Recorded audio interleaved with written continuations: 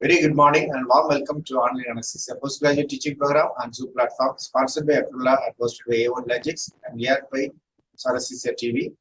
Today we are having two important topics in pediatric anesthesia: anesthesia for neonatal emergencies and fetal surgeries. For that, we have two learned scholars in our online anesthesia platform. I welcome Professor Dr. Rajeswari Subramanian Madam and Dr. Anju Gupta to online anesthesia platform. Today's program is going to be coordinated by Dr. Sarva Vinodri. Over to you, Madam. Good morning, everyone. It is indeed a great privilege today to have two wonderful speakers. The first speaker is Dr. Anju Gupta. She's an assistant professor in NAIMS, and her areas of interest are pediatric anesthesia, regional anesthesia, and airway management. She has more than 14 years experience of working as a faculty in various institutions. She has underwent an airway management course in London, and she's a recipient of numerous awards, has more than to her names, and she's even authored more than 33 chapters in books. And she is an editor of Barrage Clinical Anesthesia and Dosh and Dosh Southeast Asian Edition. She's an assistant editor and associate editor in various journals like IJA, Frontline Pediatrics, etc. She's an executive board member of IAPA National, and she's an Indian representative for ESTRA International Executive Committee. And she's a founder secretary of Neonatal Anesthesia Society.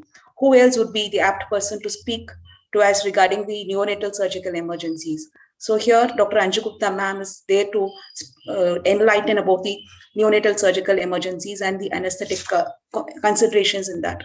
We welcome you, ma'am. Over to you, ma'am. Thank you, Sarva, for the kind words. Am I audible? Am I audible? Yes, ma'am. Yes, ma'am. Audible, loud and clear. My slides are visible? Ma'am? Slides are visible? Yeah, yes, ma'am. Yes, ma'am. Visible, ma'am. Okay. So thank you, Sarva. At the outset, I would like to thank Edward Johnson, sir, for giving me this opportunity and this platform to present to you a very important topic of neonatal emergencies. So neonatal anesthesia, as all of you would agree, it is the most challenging subspecialty of pediatric anesthesia. And this puts them in a very high-risk category. So today we will understand the common emergencies which we as anesthesiologists face, which we all need to be aware of, because there are a lot of differences in physiology, pharmacology, pharmacodynamic responses. So, and most of the complications, they are attributable to the lack of understanding of these basic considerations. So I would not go into the nitty-gritties of the neonatal basic differences, physiology, pharmacology and all, and which have been aptly covered by the previous speakers of this series. And so today my aim would be to take you through to 5 most common neonatal emergencies. We will speak about tracheoesophageal fistula. We will speak about congenital diaphragmatic hernia, gastroschisis, and we will also speak about this omphalocele and hypertrophic pyloric stenosis. So we always when we are taking up the challenge of anesthetizing a neonate, we should be aware of the possibility of sudden changes in the hemodynamic and pulmonary parameters. We have to expect the unexpected. We have to always think about any unknown congenital problem. These can always arise despite the patients being evaluated preoperatively. So every neonate has a unique requirement for specific equipment, IV access, fluid and drug therapy, anesthetic dosages, environmental control. The temperature is a very, very important aspect of neonatal anesthesia. The temperature control is very important. And neonate who are presenting to us for emergency surgeries, they can present several difficult challenges to the anesthesiologist. You can all imagine neonatal anesthesia itself is a very, very challenging field. And when they present to us for emergency surgery, the challenges, they become multifold. they multiply to several times because we do not also have the time for optimizing them and evaluating them well. So this neonatal anesthesia, the preparation itself takes a lot of time, and we should not compromise on the preparations. And during the anesthesia, we should be constantly vigilant, and we should quickly recognize any onset of any adverse events, and we should swiftly intervene. So preventing any eventuality, any catastrophe is the most important aspect of that would be a constant vigilance, because early recognition of these complications can prevent a catastrophe. So coming to the first emergency, which is the congenital tracheoesophageal fistula and the esophageal atresia, it is the commonest, one of the commonest anomaly which the neonates would present to us. So tracheoesophageal fistula is nothing but a communication between the trachea and the esophagus. And the esophageal atresia is basically a failure to form a continuous passage from the larynx, from the pharynx to the stomach. So the incidence is about 1 in 2,500 to 3,000. So it is quite a common anomaly. And 20 to 40% of these infants are premature. And they are also small for gestational age. And mind you that all the complications, they are much more prevalent in the premature as compared to the term neonates. So there is a higher mortality, respiratory issues, GERD, these all are more common in premature infants. And also 20 to 25% of these neonates will have additional congenital anomalies, which will put them in a further higher risk category. So embryologically, the trachea and the esophagus, they develop from the foregut at around 4 to 5 weeks of gestation.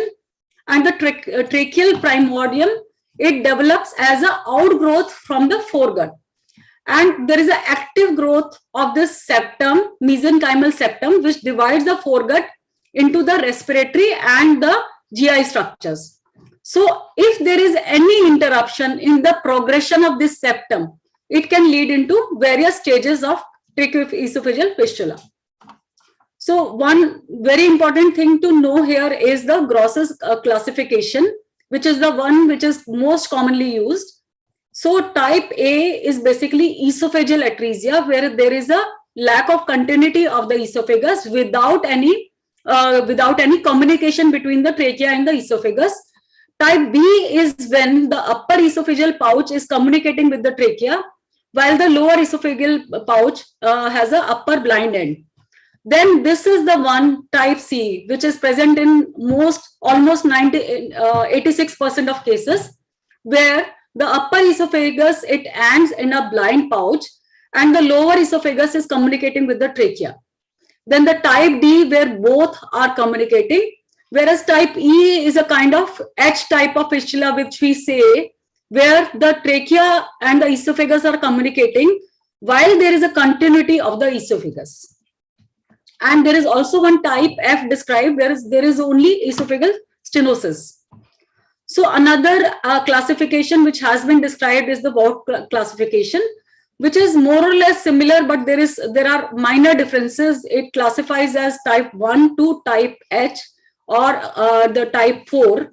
The type 1 is the esophageal agenesis, where no esophagus has developed and there is no fistula, whereas type F is the esophageal stenosis. So we need to be aware of the associated anomalies and the comorbidities which are present in these infants, and they are the highest in the isolated esophageal atresia. So whenever such esophageal atresia presents to us, we should be very skeptical about the presence of additional anomalies, which are present in up to 50 to 70% of these cases. And these are least in the H type. And mind you, the commonest cause of death in these patients is the associated cardiac anomalies, like tetralogy of Fallot. So we should be aware of these. Among the cardiac, the VSG is the commonest, then PDA, tetralogy of Fallot, ASG, right-sided aortic arch. We should be aware of the presence of right-sided aortic arch because it will change our management, the surgical approach. Then GI, GU, musculoskeletal, Then vectoral anomaly is a constellation of syndromes, which are anomalies which are present with this tracheoesophageal fistula, and it is relatively commonly seen whenever there are any of these anomalies. Then we should be vigilant about the additional presence of this this constellation. We should look for these additional anomalies. This vectoral, it stands for vertebral, anorectal, tracheoesophageal, renal, radial anomalies. And it has been, it was initially mentioned as vetter, then it was expanded to include the cardiac and the limb anomalies. And then there is I will speak about this in the next slide. Then there is a Char syndrome, coloboma, heart defects, atresia cone, then retarded growth and development, genital hypoplasia, ear deformities, Potter's syndrome, Scheisses. When we can see some of these anomalies, then we should look for these additional anomalies so as to know that this child fits into this syndrome. Then respiratory tracheobronchomalacia is associated, which will change our management. Tracheal agenesis, stenosis, tracheal upper pouch. Then genetic anomalies, trisomy 21, that is Down syndrome, and these can be associated. So vectoral is the one which which can be seen commonly, and it basically refers to the vertebral. Vertebra can be hemivertebra and some other anomalies in the vertebra, agenesis and other problems. The sacral agenesis, these all can be vertebral associated anomalies. Then scoliosis and other kyphosis, these things can be associated. Then anorectal malformations, then cardiac anomaly, then tracheoesophageal fistula, and renal and limb anomalies. Renal absent one kidney, these are commonly seen. So when a child presents with a anorectal malformation combined with a tracheoesophageal fistula, which you sometimes must have seen, so such a child should be evaluated for the presence of these other anomalies. Sometimes the child, even I have got done when the child was combined, posted for both the repairs. So then tracheoesophageal fistula and anal anomalies are present, then generally the child would be diagnosed as a case of Bechtel syndrome. So scoliosis, vertebral defects, and all these things we should be skeptical about. Now, another thing, how the pathophysiology evolves for this syndrome. The two main pathological entities are the dehydration and the possibility of aspiration pneumonitis. So what happens is the saliva and the secretions, they accumulate in the upper esophageal pouch, and this leads to contamination of the lungs from the spillage or from the pouch, and or aspiration of gastric contents from the distal fistula. It can happen through the tracheoesophageal fistula. So these combined can lead to dehydration because there is a lack of oral intake, and then the aspiration, constant aspiration can lead to development of the aspiration pneumonitis. So that is why it is said that it is very important to urgently diagnose this condition so that we can avoid the development of aspiration pneumonitis. So what are the clinical features which will suggest the presence of this anomaly? So diagnosis is generally made immediately after birth. The child will choke whenever feeded. So this is a very important and a pathognomic symptom of this condition. So the child will be drooling from the angle of the mouth, and there will be excessive salivation, cyanotic spells, and swelling problems. And the coughing and the swelling problems, the cyanotic spells, they will be relieved by suctioning of the oral cavity. So then whenever a child is born, generally if the neonatologist is present, the pediatrician comes. The pediatrician generally passes the catheter in the upper esophageal pouch, in the esophagus. And if there is an inability to pass for more than 9 to 10 centimeters from the mouth, it suggests the presence of this condition. However, the H type escapes diagnosis until the child later on presents with the development of recurrent pneumonia because of the presence of tracheoesophageal fistula. But since the esophagus is patent, the child can be fed, and these symptoms will not be classically present. So this is a X-ray image where the folded NG tube, OG tube, it can be seen in the upper pouch. So antenatally, the child can be diagnosed by ultrasound by the presence of polyhydramnios, a small or absent stomach bubble, and upper pouch sign, basically, which is an ultrasonographic sign. Whenever the fetus swallows, the upper esophageal pouch, which is ending blindly, will dilate. Then MRI is the non-visualization of the intrathoracic segment of the esophagus. However, these have a high false positive rates. So coming to the diagnosis, clinical examination is obviously the most important. Then when such a condition is suspected, then we ask for investigations like radiograph. Then in the radiograph in esophageal atresia, the radiopaque catheter will be coiling in the upper blind pouch, whereas in the tracheophyseal fistula, there will be bubbles in the stomach and the intestine in addition to this. Then contrast studies are nowadays abundant. They are not done because of the risk of chemical pneumonitis. Then ultrasound should be ordered to identify additional renal and genitourinary anomalies. So coming to the management, such a child, whenever this condition is diagnosed, whether it is a small setup or any other big setup, such a neonate is always posted for surgery. So such a neonate, since neonates should always be operated in a tertiary care center with a NICU care, so the child is referred to a neonatal to a tertiary care center. Then we should always keep such a child NPO. We should avoid feeding. We should maintain a good hydration by providing isotonic fluids.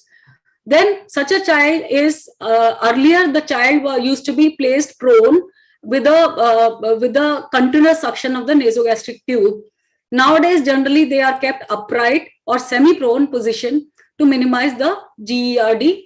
Then we should protect the lungs from aspiration pneumonia by all these measures, continuously, intermittently suctioning and irrigation of the upper pouch. Then such a child should be posted for early surgery. Generally, it is said that in the first 24 to 72 hours, the child should be operated, and the antibiotics are administered to prevent the pneumonitis. And if pneumonia develops, then we should always treat it urgently and before the surgery. So this was the tube which the postgraduate students should be familiar with.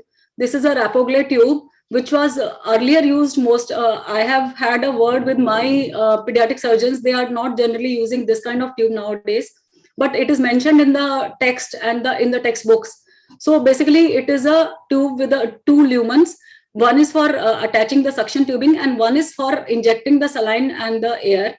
And here the aspiration of the saline which is entering is done, and it is aspirated continuously. So it is the child is put on continuous suction. So surgery is a emergency surgery. So it is relatively not like emergency surgery to be taken up within hours. The child can be optimized for some time and can be posted after 24 hours of life. So gastric distension, but the child has to be taken as an immediate emergency when the gastric distension is such that it is compromising ventilation, and we can see the evidence of aspiration. That is the gastric content in the ETD. For healthy and stable neonates, generally they are posted after 24 hours. And staged repair is done in neonates who cannot tolerate a full surgery, like in neonates who have a multiple congenital anomalies, and the cardiac conditions are such that the child would not be able to undergo and tolerate that period of anesthesia. So in such cases, staged repair is planned. If there is a gasless abdomen, which is suggestive of a proximal or a absent fistula, in such cases, generally preemptive gastrostomy and delayed repair is planned. And cervical esophagostomy in our institute, generally cervical esophagostomy and diversion gastrostomy is done. So surgical techniques, if the patent distal fistula, which is the most common condition, then generally open surgical repair is done, but which is by right posterolateral thoracotomy, fistula ligation and creation of the primary anastomosis. However, there are some surgical complications which are known to happen, like chest wall deformity, scoliosis, and fusion of the ribs.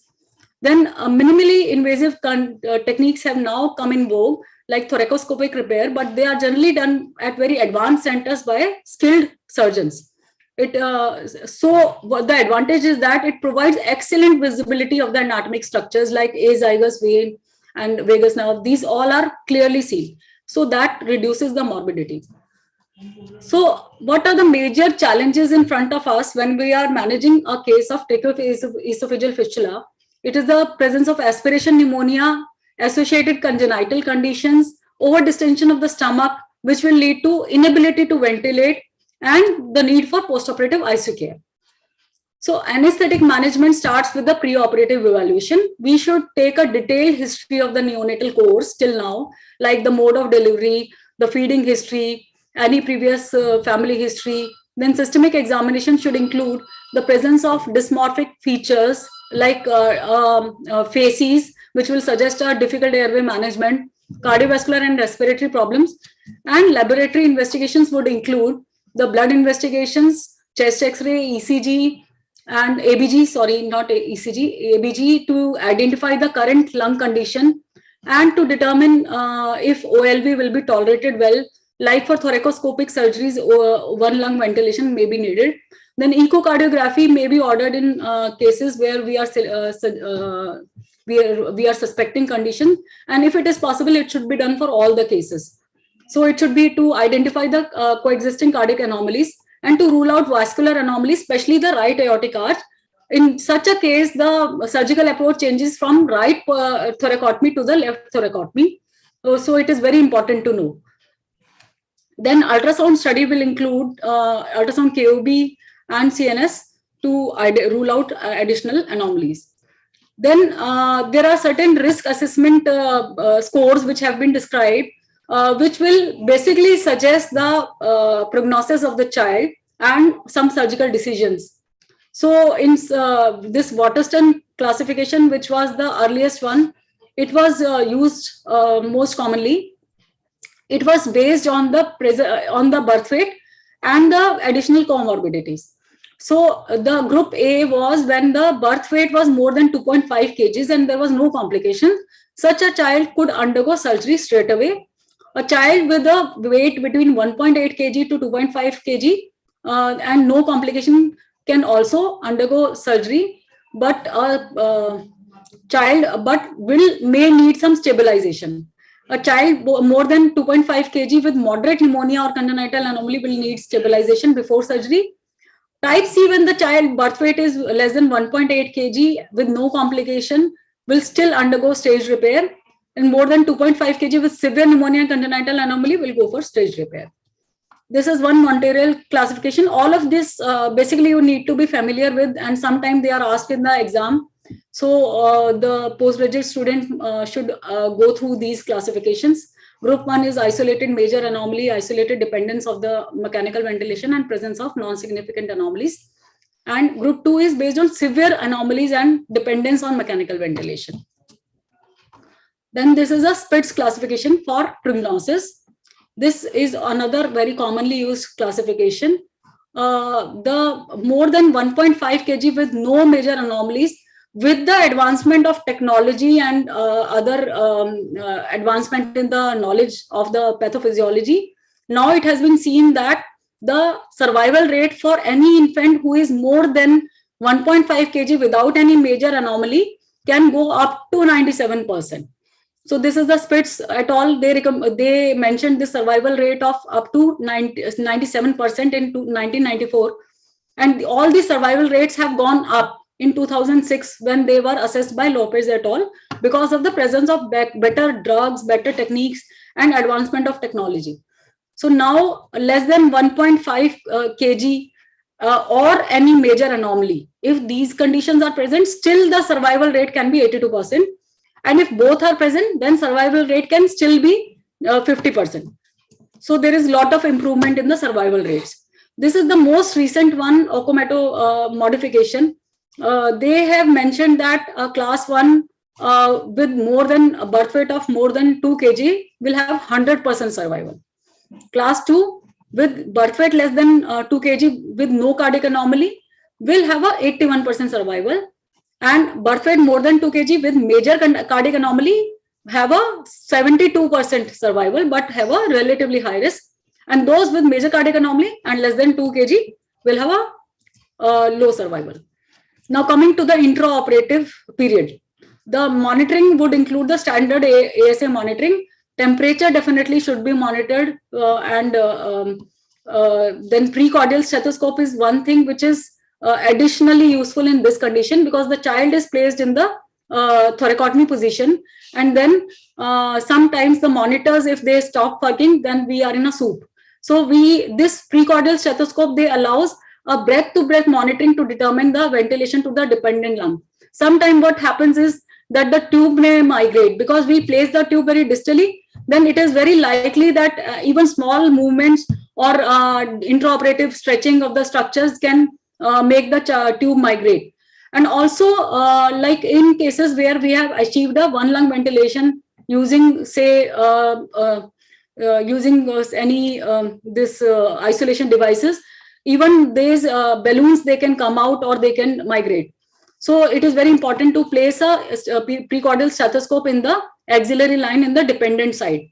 Also, the cardiac sounds, they can be monitored and they can be seen. If they are muffled and the blood pressure is showing as low, then cardiac output has fallen down and it can suggest some conditions. Then upper and lower is we should always place two pulse oximeters. Why it is important? Because sometimes the conditions, cardiac conditions, may be undiagnosed or misdiagnosed, and it will placing a preductal and postductal pulse oximeter. Preductal means what? A right extremity pulse oximeter, and postductal anything beyond that. So if we place that, it will suggest a shunting. Then arterial access can be through umbilical in neonates, or it can be a radial artery. So if this is commonly indicated for children who are hemodynamically unstable, who have congenital anomaly associated and significant lung disease, and urine output can be monitored.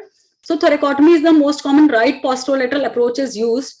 So extrapleural dissection is done through 4th and 5th intercostal spaces. And in this position, we should always be attentive to the changes in the airway pressures and tidal volumes and EtCO2. We should always prevent hypothermia by employing all the measures. And one more very important thing is that when the fistula ligation has been done, the surgeon would ask us to re-expand the lung. So sometimes people do it very forcefully, and it should never be done. It should be re-expanded slowly to eliminate the atelectasis. Thoracoscopic repair, the positioning is different. The child is positioned in a prone position with a wedge below the right chest.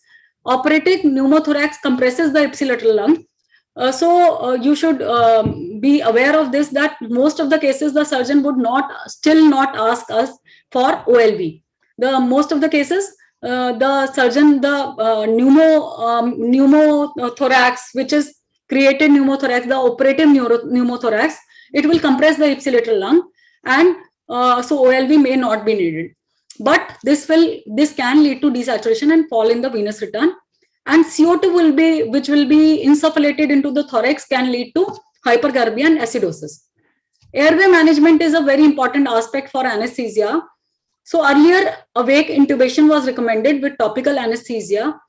We are now aware that there are some risks associated with this this technique. So nowadays, either it is not done or it is done as a awake sedated intubation. Then another thing is inhalational or intravenous induction with spontaneous ventilation, or with use of muscle relaxant and gentle positive pressure ventilation. So size of fistula and compliance of the lung would determine which kind of airway management we will go through. Awake intubation has it is done under topical anesthesia. So the obvious advantage is that we will not need the positive pressure ventilation, which can insufflate the stomach prior to the ligation of the fistula. However, it is easier said than done, and also there is a poor glottic view, and the child can still desaturate due to the airway handling. And also this has seen to increase the risk of intracranial hemorrhage. So that's why it is not favored nowadays. So inhalational induction or intravenous induction with a spontaneous respiration is one of the advocated technique. It avoids the positive pressure ventilation, and negative intrathoracic pressure allows the gases to preferentially enter the lungs rather than the fistula. And we always have the option of awakening. However, the lungs are poorly compliant and the adequate gas exchange may not be possible. Now coming to the apneic intubation, I had a word with many pediatric anesthesiologists, and I'm sure they also mentioned this, and majority of us are using muscle relaxants because it provides optimal airway condition which minimizes any airway trauma. It, however, necessitates the use of positive pressure ventilation. So what can we do? There is a term known as controlled rapid sequence induction, which you postgraduates should be familiar with. This is basically the use of gentle positive pressure ventilation after neuromuscular blockers, that is maintaining an airway pressure of less than 12 centimeter of water. Nowadays, we have closed circuits and we have the airway pressure monitors, so we can always restrict our pressure, airway pressures to this pressure, which will minimize the delivery of the inspired gases to the stomach. So the tube used can be cuffed with Murphy's eye or a microcuff tube. They have the advantage which I will come on to later on.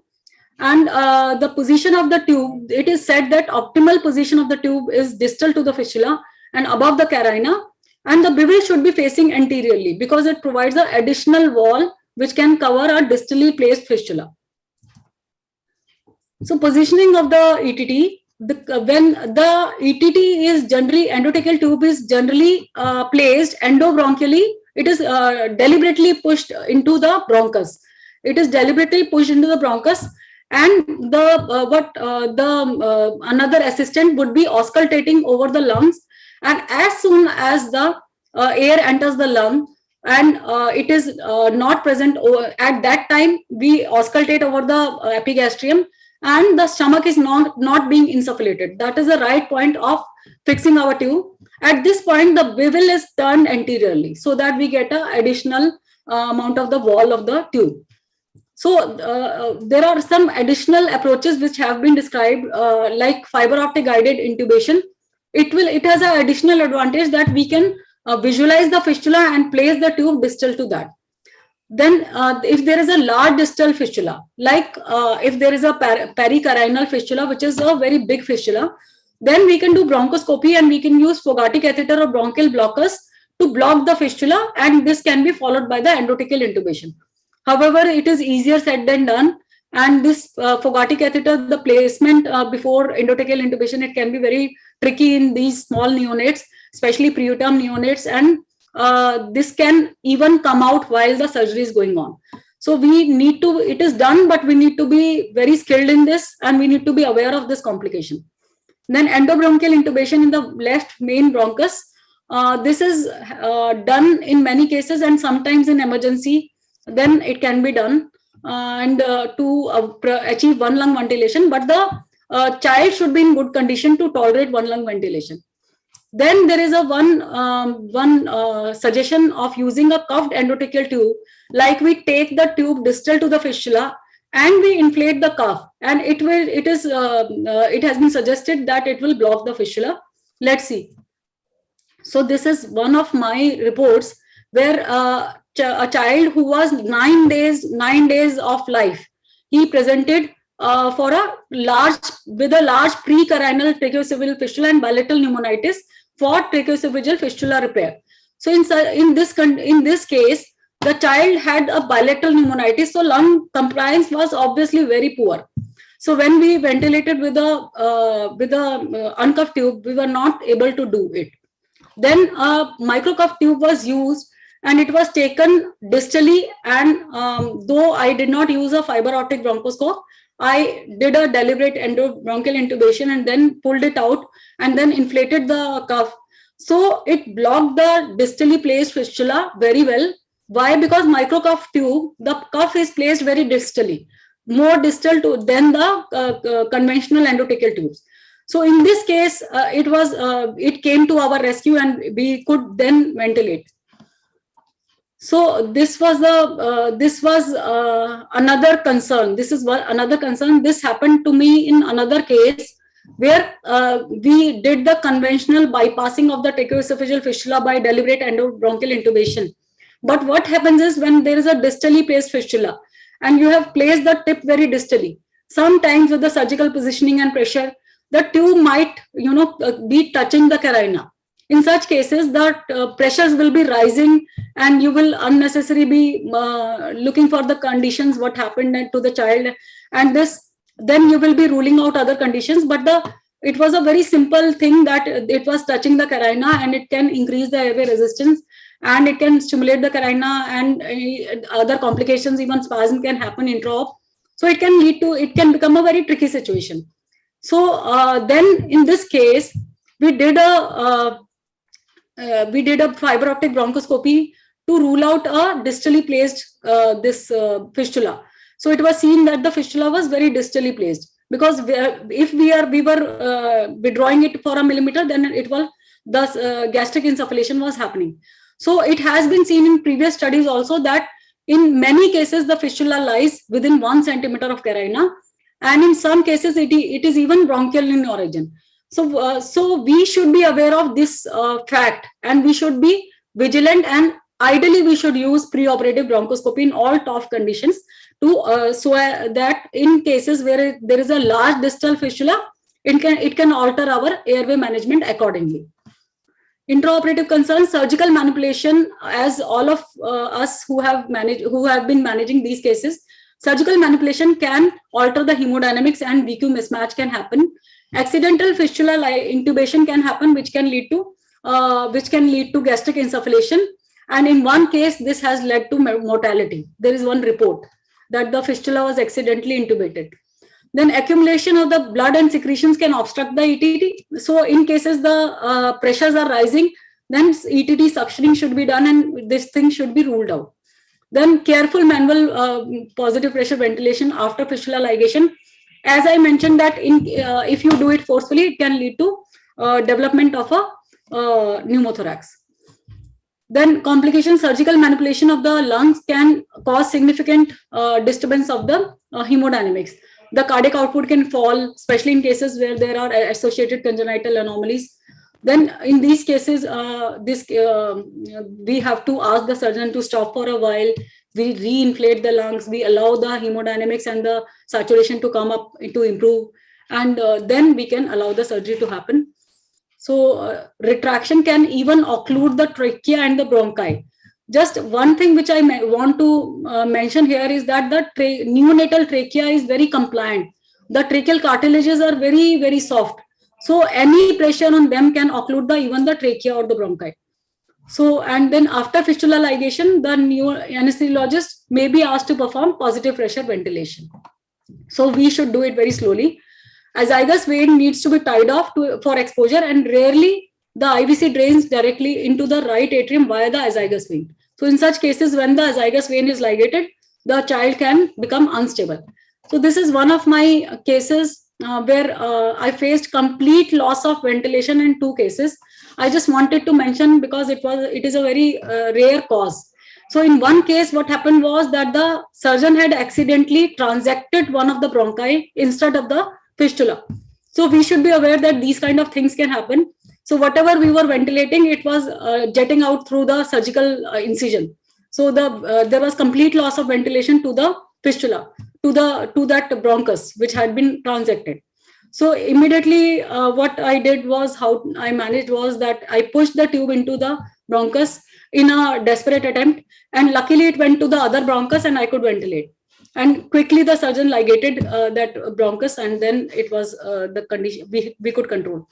Then another thing was that in some cases, the surgeons use these kind of obturators to locate the fistula. So after intubation and placement in the lateral position, we just inserted this red rubber tube and into the blind upper pouch. This helps them for easy location of the fistula. But in this case, they inadvertently handed over a big red rubber catheter. So this big red rubber catheter, as soon as it was inserted, within seconds, the ventilation was lost. So what was happening was that it was pressing onto the trachea and there was a complete loss of ventilation. So then coming to the analgesia, which is also very important, we should provide a good analgesia to these kids. Generally, multimodal analgesia and local infiltration is a commonly practiced technique with opioids and non-opioid analgesics. However, nowadays, a lot of regional anesthesia techniques are available, like intercostal blocks, which can be very easily done blindly. So they are easy to do, and they can easily be it can easily be done by the anesthetist or the surgeons. Then paravertebral block. This is one thing which we were practicing some time back. Like surgeons go through extrapleural approach, so they can just retract the lung in the end, and they can just infiltrate some amount of local anesthetic in the paravertebral space. So this can be easily done. Then intrapleural infusion, I don't think it is commonly practiced. Then caudal epidural analgesia, I have also practiced, and it can be done. Caudal approach to epidural space can be utilized, and the catheters can be threaded in the thoracic level, because in neonates the space is very fluid, and the catheter goes like it is a very cakewalk to just thread in the catheter. It is very easy, so it reaches the thoracic levels, and then continuous infusion can be started, or conventional epidural space can be accessed through lumbar or thoracic. It can be, though it is relatively, thoracic is definitely a very, very rare thing in children. The tip should be in high thoracic level. So post-operatively, should we extubate, should we not? It depends on the prematurity and pre-existing weight of the child and the comorbidities, the duration and the ease of the surgery. Sometimes the surgery is very complicated and complex, and then there is a tension on the anastomosis. The surgeon would prefer the child to remain ventilated, and the quality of pain control. So post-operative ventilation is generally indicated for any neonate less than 2 kg in preoperative respiratory distress, significant cardiac pathology, and esophageal repair when it was in tension. So post-operative NICO monitoring should be done, pain management and elective ventilation can be done. Now coming to the next important anomaly, that is the congenital diaphragmatic hernia. For all the postgraduates, any of these conditions can come to you as a long question. So it is possible that any of these neonatal emergencies, and it is commonly asked question, one of these conditions will be given and you will be asked to discuss the management in detail. So the incidence is 1 in 4 to 5,000, and there is a male preponderance. Among the type of hernias, the posterolateral hernia from the foramen of Bogdelok, that is the commonest, because there are embryonic this pleuroperitoneal channels which may remain patent. So this is the commonest hernia which is present in 80% of cases. Then it can be paraesophageal. Anterior from the foramen of Morgagni has been described in 2%, though it is very, very rare. And then right-sided hernia is definitely very, very rare. So embryologically, the appearance of lung buds to the bronchial opening, it happens in the 4 to 17 weeks. And diaphragm, the closure of these channels happens in 4 to 9 weeks of gestation. And the gut migration happens at 9 weeks. So if there is a delayed closure of the pleuroperitoneal canals, so then this gut migration, it fails to happen. Associated anomaly, we should be watchful for these anomalies. There can be trisomy 13, 18, 21, and there can be some syndromes. Among these syndromes, this Beckwith-Weidman, we should be watchful, and Goldenhar and these other syndromes, they have been mentioned. But serious anomalies are seen in many cases, in up to 50% cases, which can be a patent ductus, septal defects, AV valve defects. So we should be watchful for all these anomalies in all such cases. So pathophysiology, abnormal lung development, pulmonary hypoplasia, abnormal pulmonary vasculature. So when the pulmonary vasculature is abnormal, there can be a persistent pulmonary hypertension of newborn. And visceral herniation into the thorax, what happens? It leads to atelectasis of the systemic atelectasis of the lung and the systemic hypotension because of the pressure on the heart and the great vessels.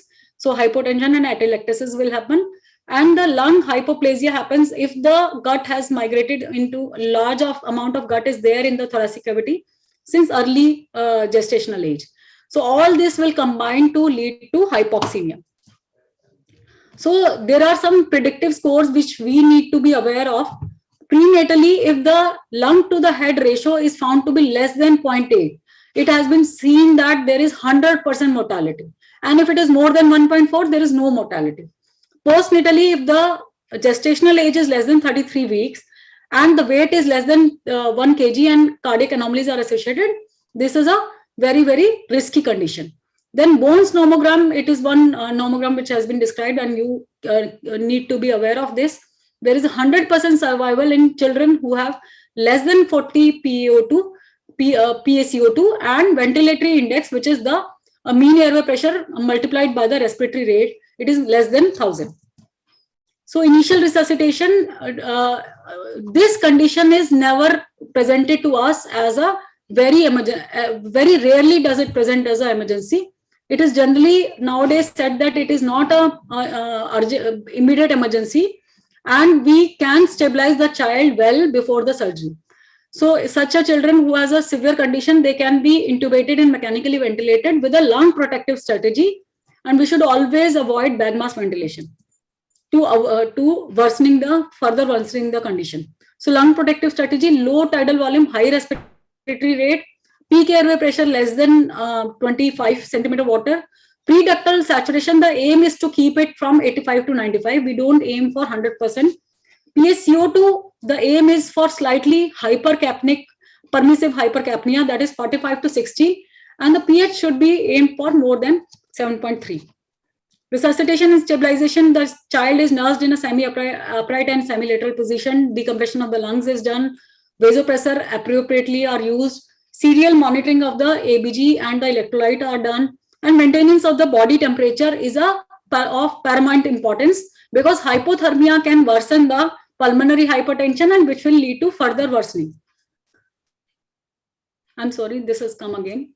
So alternative ventilatory strategies. If the conventional ventilation is requiring higher pressures, and if there is a evidence of pulmonary hypertension, and if the progressive hypercarbia, hypoxemia, and pulmonary hypertension, these are worsening, then we can use the alternative ventilatory strategies.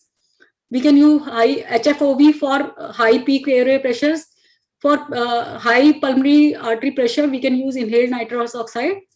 And for in case there is a progressive hypercarbia which is not responding to your this conventional ventilation, then we can go for ECMO. Anesthetic management, there is a classical triad. These children will present with dyspnea, cyanosis, dextrocardia, apparent dextrocardia because of the pushing of the heart to the other side. There will be dyspnea, tachypnea, cyanosis, chest retraction. These signs will be there. Birth history of prematurity, congenital anomalies will be there. And treatment history, we should always elicit what all treatment have been received. Clinical examination will reveal the presence of respiratory distress, and sometimes even gut sounds can be heard in the thorax. And on X-ray, this classical picture of gut in the thorax, it can be seen. The air-filled gut will be seen in the thorax. So laboratory, all general investigations are done along with the ABG, and air-filled viscera will be seen in the mediastinum. And echo, we should always get an echo done for assessment of myocardial function, pulmonary hypertension, and concurrent heart defects and shunting. So we should always obtain a good IV access, and we should always decompress the lung decompress the stomach before we start our anesthesia. We should always monitor the child for preductal and postductal pulse oximeter along with standard monitors and precordial stethoscope. Then post-induction, we should always place a temperature probe, capnography, urine output. Radial artery line can be placed at a lower threshold in this case, and central venous access in children who are very, very sick. These can be obtained. Mind you that venous access should preferably always be obtained in the upper limb, because after the reduction of the contents into the abdominal cavity, the pressures may rise and the lower limb congestion can happen. So this intraoperative management, the choice of anesthesia, most of the cases awake is not done, though it is recommended. Modified RSI with a succinylcholine and rocuronium or awake intubation is recommended. So modified is what? That limiting our airway pressures to very, very low. If apnea can be tolerated, that is the best. Then isoflurane and can be used for maintenance. However, nitrous oxide should logically be avoided because it can lead to distension of the viscera, and that can lead to further shifting of the mediastinum to the other side. Then volume or pressure controlled ventilation can be used while limiting the peak airway pressures to less than 30. Analgesia can be obtained using IV opioids, which is commonly used, or similarly, as I mentioned, that caudal approach to the thoracic level can be used. And warming should be continued very aggressively because any amount of hypothermia can worsen the pulmonary hypertension and it can worsen the condition. Intraoperatively, some complications can happen which we need to be aware of. Acute desaturation can happen. We should always suspect pneumothorax on the unaffected side. Sudden hypotension can happen due to the RV failure or kinking of the major blood vessels, and also due to abdominal compartment syndrome if it happens after the reduction of the contents. Hypothermia can happen and we have to prevent it aggressively, and hypoglycemia also we should prevent. So postoperatively, the postoperative ventilation is indicated in large hernias, but we should not hyperventilate and we should aim for PO2 more than 150 with the least possible FiO2. And we can slowly wean the child from over next 72 hours. We should be vigilant of presence of a abdominal compartment syndrome. I will come to later. Honeymoon's phenomena is nothing but a early smooth course in postoperatively, followed by a sudden development of pulmonary vasoconstriction and fatal pulmonary hypertension. So take-home points is that the left posterolateral hernia is the commonest. Lung to head ratio of less than 0.8 can point towards 100% mortality. The child present with classical triad of dyspnea, cyanosis, dextrocardia, apparent dextrocardia. Modified RSI is generally preferred. Acute desaturation, if it happens intraoperatively, we should suspect pneumothorax on the unaffected side because of the presence of pulmonary hypoplasia and use of high airway pressures. And if sudden hypotension happens, we should be wary of RV failure, kinking of major blood vessels, and abdominal compartment syndrome. Now coming to the abdominal wall defects. The common defects are gastroschisis and omphalocele.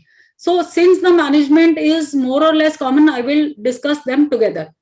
So embryologically, though they are unique, but the management is essentially same.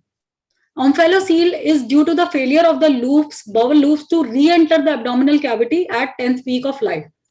Bowel herniates into the umbilical cord between 6 to 10 weeks and re-enters by 12 to 14 weeks. Now, gastroschisis is due to gastroschisis is completely different embryologically.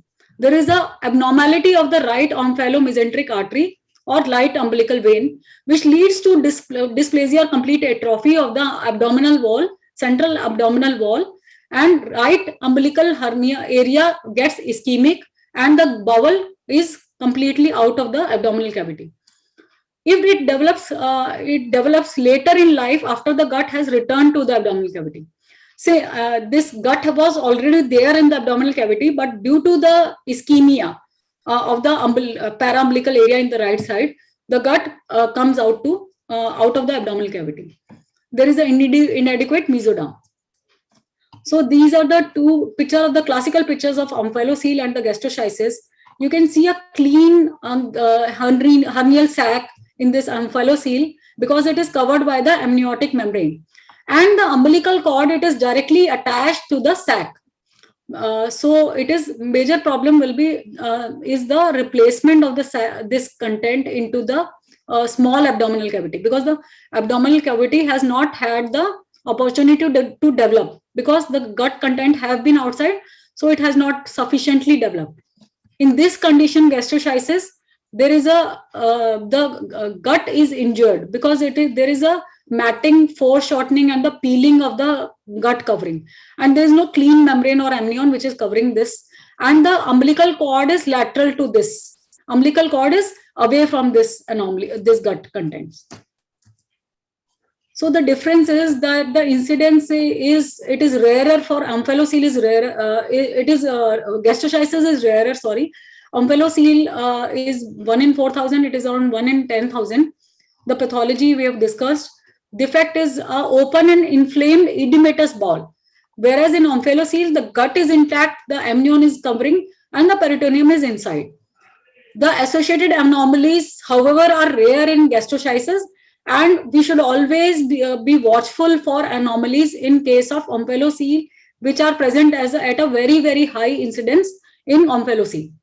Defect size is slightly lesser in gastroschisis. It is much more in omphalocele, and the umbilical cord is adjacent to the defect, whereas it is in the apex of the defect.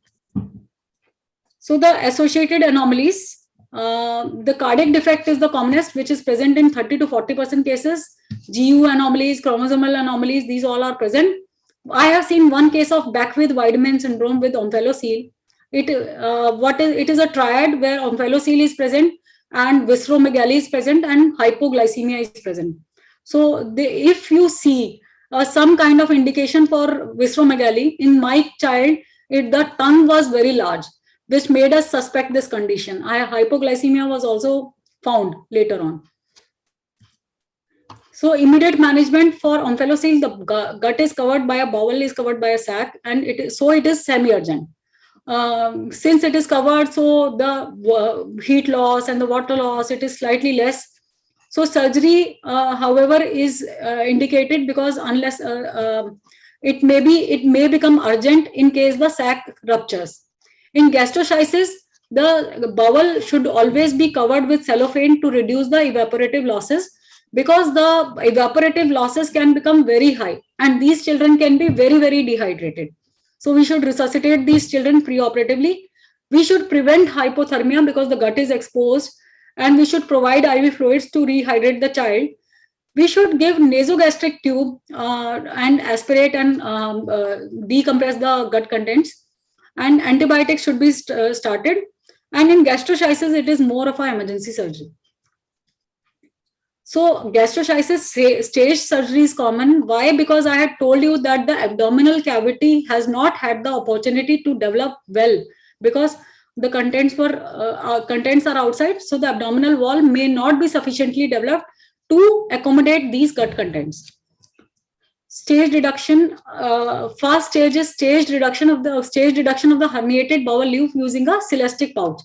So these kind of cystic pouches are used. These are commercially available, and complete closure is done later on. So these gradually the gut contents are pushed inside. As a bedside procedure also, this can be done gradually. The contents are pushed inside, and in some cases, when in intro of when the gut content were reduced, what happens is the abdominal pressure they increase to such a level that the child cannot be ventilated. In such a patient, silo can be placed, and gradually the contents can be moved inside. So spring-loaded self-retaining elastic pouch is available, which can be used as a bedside procedure, and defect can be closed later. Anesthetic management, we should always obtain a history and rule out congenital anomalies. We should do a complete examination to assess the fluid status and the respiratory distress. Then we should come to the investigations, laboratory investigations, and anomaly workup by use of X-ray and echo. Then preoperative management, fluid resuscitation is given at a much higher rates of maintenance of 150 to 300 ml per kg per day. Urine output, we should aim for 1 to 2 ml per kg to ensure good hydration. Then monitoring clinical and electrolyte and acid-base status should be monitored preoperatively. Normothermia should be maintained, and lesion should be covered with a non-adherent dressing and a plastic cover, which will ensure that evaporative losses are not happening. Decompression of the stomach should be done, and sepsis should be treated by antibiotics. We should always avoid direct trauma to the herniated organs, which may include even the liver, and evaluation of the congenital heart disease and other anomalies should be done. Airway and respiratory assessment should always be done. As I told you, in the case of Beckwith-Wiedemann syndrome, it was a very difficult airway because the tongue was so large that it was protruding out of the oral cavity. Gestational age, birth weight, and should be seen. Then anesthetic management, preoperatively aggressive fluid resuscitation should be done. Serial monitoring of ABG and electrolytes, avoiding heat loss, and care of the exposed organs, prevention of the infection, good antibiotic cover. These all are our responsibility also. So we should also ensure, go and visit and ensure that these things are done. For surgical management, intraoperative management, OT preparation, all neonates, you should always invest a good amount of time in preparing the OT.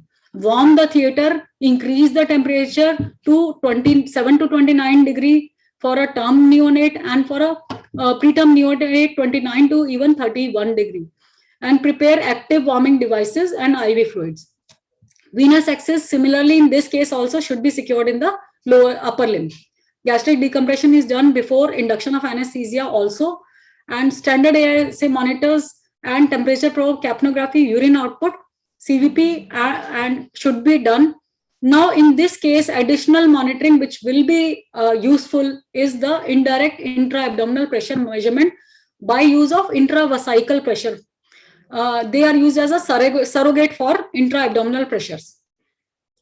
Choice of anesthesia, similarly in this case, modified RSI are used, and maintenance of anesthesia by using isoflurane routine. But in this case also, we will avoid nitrous oxide, and we should always consider all the regional anesthesia options which are possible. Then adequate neuromuscular blockade can be used to facilitate abdominal closures. Fluid 10 to 20 ml per kg can be used. Then active warming should be used. In historical times, gastroschisis, there was a series by Wayne et al. Where they mentioned spinal anesthesia for gastroschisis. But these were the times when the technology and the drugs were not adequately developed. So this was considered a safer options.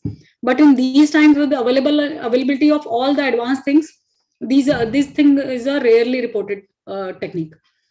So we need to be aware of the criteria for safe abdominal closure. Once the surgeon is nearing the closure, then we will be discussed whether it is safe to close the abdominal fully by reducing the contents, or it can be done in a staged repair. This is an important decision which needs to be made at this time. So we need to be a party to this decision. How we can, if we are using a intragastric pressure or intravesical pressure, these are a surrogate marker of intra-abdominal pressure. We have to limit it to 20 millimeter mercury, and then peak inspiratory pressure prior to abdominal closure should be less than 35. And tidal CO2 should be less than 35, and urine output should be more than 0.5. These all will suggest a good pulmonary compliance, relatively acceptable pulmonary compliance, and a good systemic circulation. Post-operatively, any increase in intragastric pressure to more than 20 millimeter mercury or CVP of more than 4 millimeter mercury above baseline was found to be associated with reductions in venous return, cardiac index, and used to be associated with the surgical decompression of the urgently requiring the surgical decompression of the abdomen. So this is a sign of abdominal compartment syndrome developing, and we should be watchful in the post-operative period also. So infants with large defects, they should be sent to the NICU, and they should be extubated post-surgery slowly. So complications, abdominal compartment syndrome is one most specific thing which is associated with this condition, and we should be watchful in post-operatively. Hypothermia, dehydration, hypoglycemia, lower lobe atelectasis, these all things can happen. So to summarize the anesthetic concerns, the child would be dehydrated. There can be massive fluid loss because of the exposed viscera. There can be heat loss. There can be difficulty of surgical closure. There can be a high associated prematurity, congenital defects, especially with the omphalocele, and cardiac anomalies. So during closure, we should consider, or we should always keep an eye on the airway pressures, and difficulty in ventilation should be considered. Hypotension should be considered as a sign of increasing abdominal pressure. Increased abdominal pressure will compromise the liver function, and this can alter our drug metabolism. So when the closure is being done and these things are happening, the compartment syndrome is developing, or some liver is being compressed. So what will happen is the drug metabolism will be altered, And this can lead to compromise in the liver function, and our drug metabolism will be altered and delayed recovery can be present. So during closure of the big defect, we should try to monitor the bladder pressure or the intragastric pressure, and we should attempt to maintain it below 20. Now coming to the last anomaly for today, that is the hypertrophic pyloric stenosis, also known as idiopathic hypertrophic pyloric stenosis. It is the hypertrophy of the circular muscle of the two circular layers of the pylorus. So there is a hypertrophy which develops. So at 3 to 6 weeks, this child will generally present with a projectile vomiting because of this hypertrophy. There is a gradually developing obstruction and projectile vomiting will develop, and the non-bilious stomach contents will be vomited out. And there will be the child in these 3 to 6 weeks, the child will show an absence or the failure to gain weight, and the child will gradually become very dehydrated. The stomach will be dilated. And on abdominal examination, sometimes these children used to present late and dehydrated condition. If we palpate the abdomen, this hypertrophied pyloric mass used to be palpable, and this was known as an olive kind of mass. So nowadays, these kind of things are not required. Ultrasound can easily diagnose this condition. So what are the main anesthesiology concerns? The child will have a full stomach. Sometimes barium studies were done in earlier days. Nowadays, these are generally not done. But if a child has immediately after barium surgery been posted for surgery, then you should be wary of a full stomach due to barium also. Otherwise also they are known to have a full stomach. Then metabolic alkalosis is a condition, and then we will come to it why it is so. Hypochloremic metabolic alkalosis, hypokalemia, and severe dehydration. So coming to the pathophysiology, what happens is due to the projectile vomiting, there is a loss of water from the in the gastric contents. So the child gradually becomes dehydrated. Dehydration leads to stimulation of aldosterone secretion. Further potassium loss leads in the urine leads to worsening hypokalemia, and kidney excrete the hydrogen ions, the sodium in the water. So there is a acidic urine. Still there is a acidic urine. What happens is ideally the kidney should excrete the bicarbonate. Initially they excrete the bicarbonate, but due to the further loss of potassium, then this aldosterone is secreted. Then this kidneys, they try to preserve the water because of the worsening dehydration. So they exchange the hydrogen ions in exchange for potassium and sodium. So they this excretion of the hydrogen ion, then this leads to a acidic urine. So we need to be aware that this condition, an alkaline urine may not be seen. It can still be a acidic urine, which happens in the later stages. And logically, because there is a loss of sodium, chloride, and potassium and hydrogen ions in the gastric content, these all are present in gastric contents. So there will be a development of hypokalemic, hypochloremic metabolic alkalosis. So initially there is a loss of this bicarbonate ions to compensate for the metabolic alkalosis, but later on the kidneys, they excrete the hydrogen ion also. So there will be a worsening of the metabolic alkalosis. Always mind you that this is not a surgical emergency. It is considered a medical emergency. So metabolic correction is mandatory before surgery. It is not that it is a general kind of condition where we have to optimize the metabolic profile. The more importantly, the metabolic alkalosis, it can lead to respiratory depression and apnea. This will be aggravated by our general anesthesia drugs. So metabolic alkalosis is necessary that we should correct it to an acceptable level to avoid respiratory depression and apnea. This condition has been found to be at an increased risk of post-operative apnea even in term infants, though the apnea will be more in preterms. So alkalosis must be corrected prior to the surgery. The patient is kept nil by mouth, and maintenance fluids are always started, and maintenance fluid should be containing sodium, chloride, and potassium at the rate of 150 to 150 ml per kg per day. So after this hydrating the child and providing these electrolytes, once the alkalosis has been corrected, the fluid input is reduced to 100 ml per kg. And these are the acceptable biochemical findings before posting the child. The pH should be almost in the range above the pH of 7.3, chloride in the acceptable range, base excess in the almost the normal range -4 to 2.5, and potassium should be targeted to be in the normal range. Now, this is ultrasound has come to our armamentarium.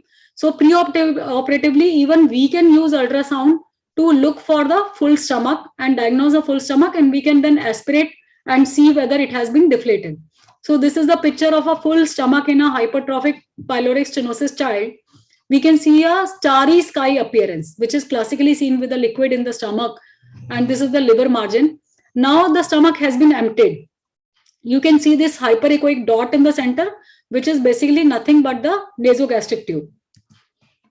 So pre-operatively, the acceptable bicarbonate concentration is less than 30 milliequivalents, and chloride should be at least more than 100 to ensure that hypochloremic metabolic alkalosis has been corrected. So stomach should be emptied, and in this condition, it is important to aspirate the stomach in all the positions, beginning from supine, left lateral, then prone, then right lateral, all the conditions. If it has been seen that if we do it in all the positions, the stomach is effectively deflated. So, but importantly, we do RSI in these children. So we should remove the NG or OG. It is a general consensus that we should remove it before induction and reinsert it after induction. So RSI with propofol and muscle relaxant can be used. We should ensure good depth of anesthesia and neuromuscular blockade, because even if we aspirate the stomach, it is never almost completely deflated, and laryngoscopy can lead to stimulation. If it is done in lighter planes, it can stimulate the regurgitation and aspiration. There should be minimal narcotics should be used. Why? Because I have told you that these children are very prone to development of post-operative apnea. So opioid sparing or opioid free techniques have been described for this condition. By use of regional anesthesia like rectus sheath block, rectus sheath block has been seen to be very effective. It covers this area well. Tab block can be used. The superior tab block can be used. Local anesthetic wound infiltration is obviously an option, and awake extubation should be done. So to summarize, this is a medical, not a surgical emergency. This is vomiting can lead to hypochloremic, hypokalemic metabolic alkalosis and dehydration, which should always be corrected. Because it is not a surgical emergency, we can always have a time to optimize these conditions. And these conditions, if they are not corrected well, they can lead to postoperative apnea and complications. We should ensure hydration and correction of electrolyte abnormality to a bicarbonate level of less than 30 and chloride more than 100. Stomach should be emptied before induction, and good depth of anesthesia should be ensured to avoid any regurgitation, and minimal narcotic should be used. So survival in these conditions is ascribed to increased knowledge of pathophysiology of these conditions. I cannot overemphasize the importance of good vigilance, good awareness of the pathophysiology, and adequate preoperative optimization in all these conditions. And also a very important aspect is the good communication and cooperation between the surgeon, anesthetist, and neonatologist to ensure an optimal outcome for these tiny neonates. So thank you very much, and all the best to all the postgraduate students who have logged in today for their exams. And I'm sure all of you are eagerly waiting for the India-Pakistan match to start, and you are excited about it. I hope I have been able to add to your knowledge regarding this topic. Thank you very much. Thank you, ma'am. Thank you so much. It was such a wonderful presentation, such an exhaustive presentation. We really felt that we have been to the neonatal surgical unit per se. Just few questions and few clarifications, ma'am. Most of it you have already covered. A few questions just to clarify for the sake of the postgraduates who have joined late. Regarding tracheoesophageal fistula, how do we intubate? Like the position of the confirmation of the position of the endotracheal tube beyond the fistula. That was a question. Might be the person joined late, so they might be benefited if you tell it again. For the benefit, can I? Yeah. So for the benefit of the postgraduate students, till now the textbook always recommends the use of the conventional endobronchial intubation, deliberate endobronchial intubation. So what happens is, earlier uncuffed tubes were used, but nowadays cuffed tubes are preferred. Even in our institution, we are using cuffed tubes for all neonatal surgeries. So preferably a microcuff tube should be used. I'm sure all the postgraduate students will be aware of the benefit of microcuff tube over the conventional endotracheal tubes. So microcuff tube, it is deliberately pushed into the bronchus, and then it is gradually withdrawn while listening to the left side of the lung. So when a stethoscope is placed over the left thorax, and the assistant places a stethoscope over the left thorax, and as soon as the entry happens into the left side of the lung, that is the point where we should stop. At this point, we should also auscultate over the epigastrium to ensure that the fistula is not being ventilated. So we should, what I do is I always auscultate baseline amount of air entry, and then I ensure that it has stopped. The fistula is not being ventilated. So I mentioned that fistula, if it is there can also be a complication of intubation of the fistula also, which can be rapidly fatal. So this ensuring that the tube position is distal to the fistula but above the carina, that is the best bet. But having said that, I have done bronchoscopy in many of the cases, and I have seen that the fistula is in many cases is pericarinal within 1 centimeter of the carina. So I still doubt about this condition, and I mentioned it to our pediatric surgeons, and they readily gave one thesis on this topic. So this thesis topic was allotted to their PGs, that they started locating the location of the fistula. So fiber optic bronchoscopy or rigid bronchoscopy pre-operatively would be the best bet. So locate the fistula. If it is a small fistula, I can say it with confidence that there is most of the cases, if the child is of low gestational age and the fistula is small, most of the cases the lung compliance will be very good, and the ventilation is generally not a problem, even if the fistula is distal to our tube. So, but the problem comes when the fistula is pericarinal and it is a big fistula. Like in one of the case reports which I mentioned, that we had faced a bilateral pneumonitis and it was a large pericarinal fistula. So in such cases, the ventilation becomes tricky. So microcuff tube, since it is a distally placed cuff, so what we can do is we can do it the conventional way, and then we can inflate the cuff to obliterate any kind of leakage to the fistula. We can auscultate over the fistula and minimize the air leak to the fistula. So that is also, I think, a good option. Thank you, ma'am. And how do you do your preoperative bronchoscopy with topicalized airway, or do you sedate and or is it the preoperative bronchoscopy? If it had to be done, is it under topicalization of the airway? Is it just before the surgery you do it, or a few days before to plan ahead, or how do you do it, ma'am? Thank you, Sarva. It is a good question. Since it was a very, very elaborate presentation today, I could not cover all the aspects, though I should have covered this also. So this in cases where the child is very sick and the child cannot tolerate minimal period of apnea or long period of anesthesia before the securing the tube, it should be done under topicalization only.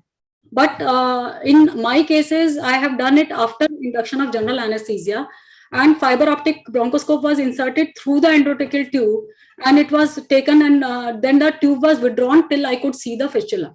So otherwise, you can also insert in you can do inhalational induction, put in a LMA, and through that you can do the bronchoscopy.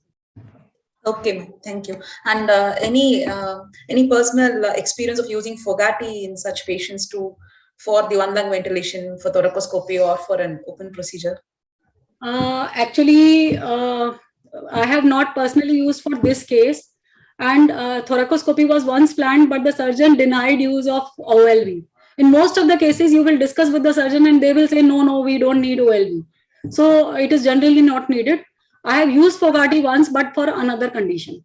Okay, thank you. And if the gastrostomy or the cervical esophagostomy is demanding for the child, if there is a very large fistula and the child is not fit enough to be taken up for surgery, so if you have to do cervical esophagostomy or gastrostomy, do you prefer local anesthesia with a minimal sedation, or how do you go about it? No, generally neonates, I don't think it will be good idea to do a surgery in local infiltration, unless obviously the child is a extreme in a almost ASA4 kind of condition, and the child is a very, very delicate condition, and we cannot tolerate any amount of anesthesia. So I have never ever seen or heard anyone doing it in a local anesthesia. So generally, general anesthesia is used, and we take all the precautions, and it is done. And regarding gastrostomy, one more thing which I would like to mention is that gastrostomy tube should never be clamped. It should be kept in open and ideally under a water seal whenever the intubation is done. That was supposed to be my next question. Thanks. Basically, when you are, this will also give another indication of the fistula being ventilated or the tube proximal to. Yes, ma'am. Yeah. And thanks for showing us the reportable tube, and thanks for telling those situations which you bailed out, those two situations where your larger red rubber tube compressed your trachea and all those things. Those were nice. And one more question, ma'am. How do you monitor the intra-abdominal pressure in patients with congenital diaphragmatic hernia and the gastroenteritis and the overflow post-operatively?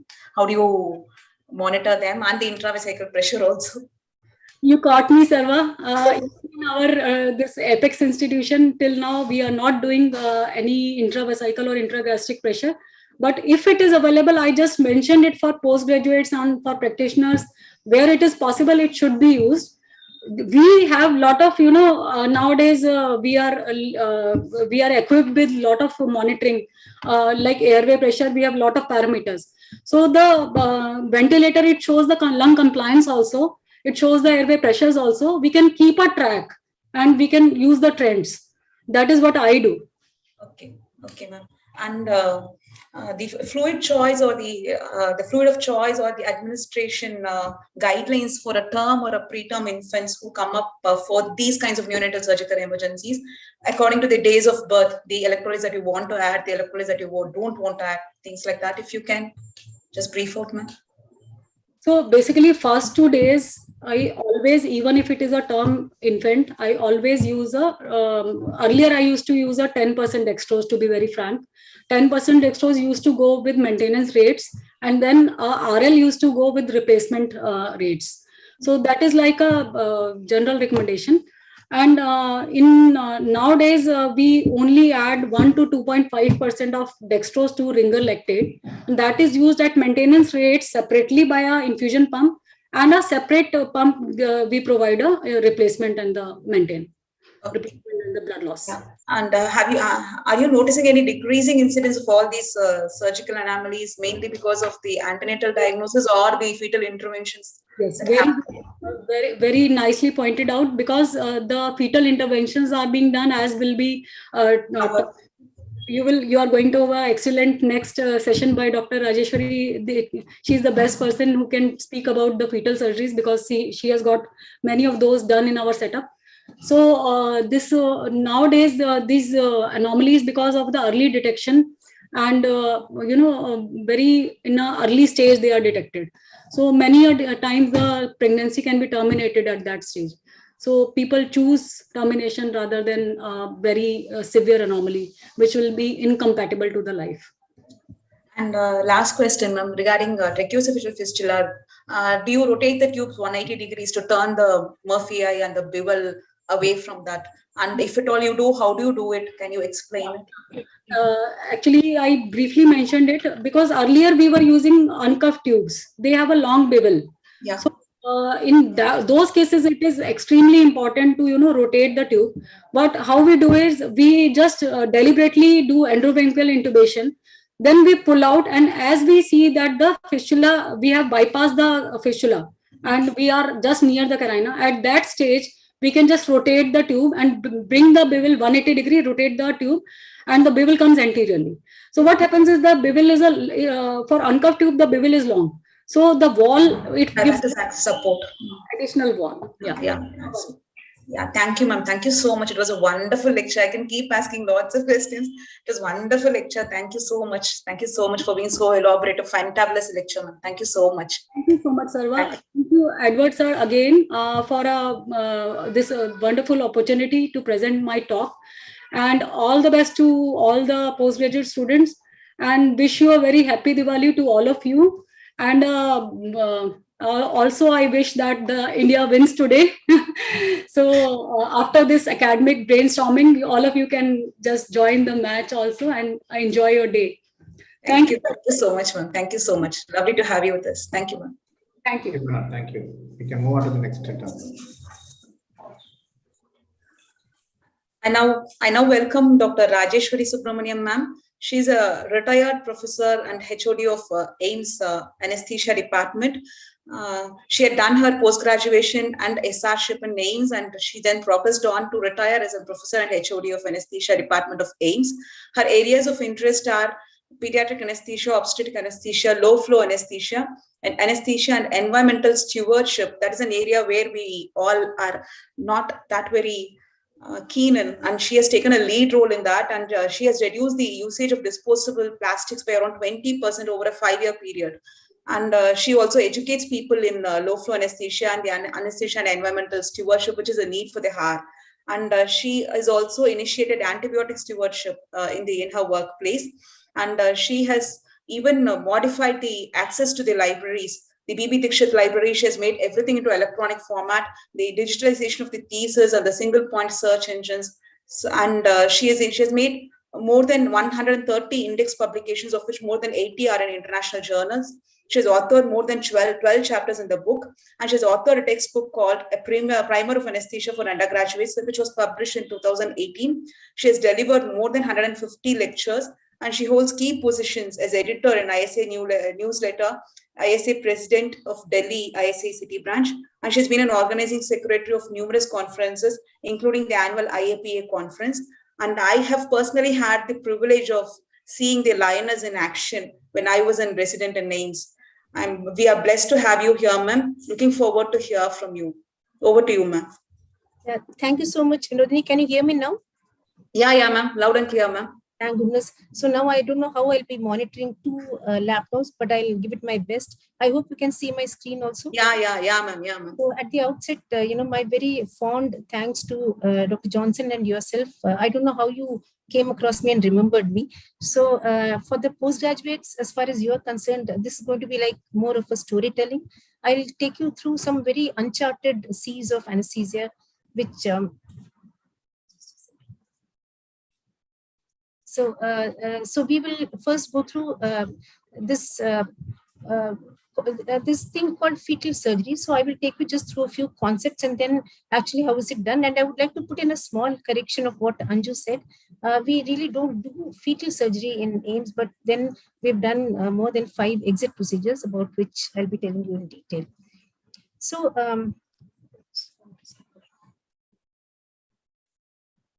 just a second.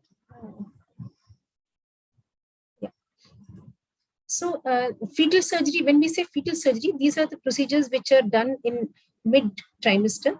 And these are done very rarely actually, and they are done for abnormalities which can cause morbidity or mortality in the fetus if it is allowed to increase. And remember that these fetuses may or may not have reached viability. That means by any chance, if there is premature rupture of membranes after this procedure is done, we have no other option but to deliver the baby. But if it is done well, then this procedure allows the fetus to grow normally and halts the organ damage. In contrast, exit procedure is a procedure which is done at or near term. And primarily it is done for defects which are causing severe airway obstruction in the newborn, or if the newborn has got serious cardiac anomalies which are not compatible with life. Because when we do an exit procedure, as you'll be seeing shortly, we have a time of intervention when the uteroplacental unit keeps on providing oxygen to the baby. So there's no sense of urgency or panic. So classification of fetal surgery, there are 3 main categories. The first is the minimally invasive fetal surgery. There are many names for it. There is fetoscopic surgery, fetal image guided surgery, that is FIGS, and fetal endoscopic procedures. So here in these procedures, there's a fetoscope which is inserted usually under local anesthesia into the mother's abdomen and into the amniotic cavity. And a lot of procedures are done by imaging the fetus or by even accessing the fetus's airway. So plugs for congenital diaphragmatic hernia, even aortic valvuloplasties or vesicoamniotic shunts are done through this procedure. And also simple procedures like sampling of the fetal vein for anemia or for radiofrequency ablation of veins or laser ablation when there is a twin-to-twin transfusion syndrome. The other category is the mid-gestation open procedures. So these are done at the same time as the initial category, but these are also known as operation on placental support. And these are more major procedures because they involve a hysterotomy, which means the mother undergoes a laparotomy and the uterus is exteriorized, and then the fetus is exposed. And when it is still on placental circulation, the surgical procedure is done, or the reparative procedure, and the baby is then replaced into the uterus and the pregnancy is allowed to come to term. Then, as I said, the last is the exit procedure. This computer's malfunctioned. Just a second, please.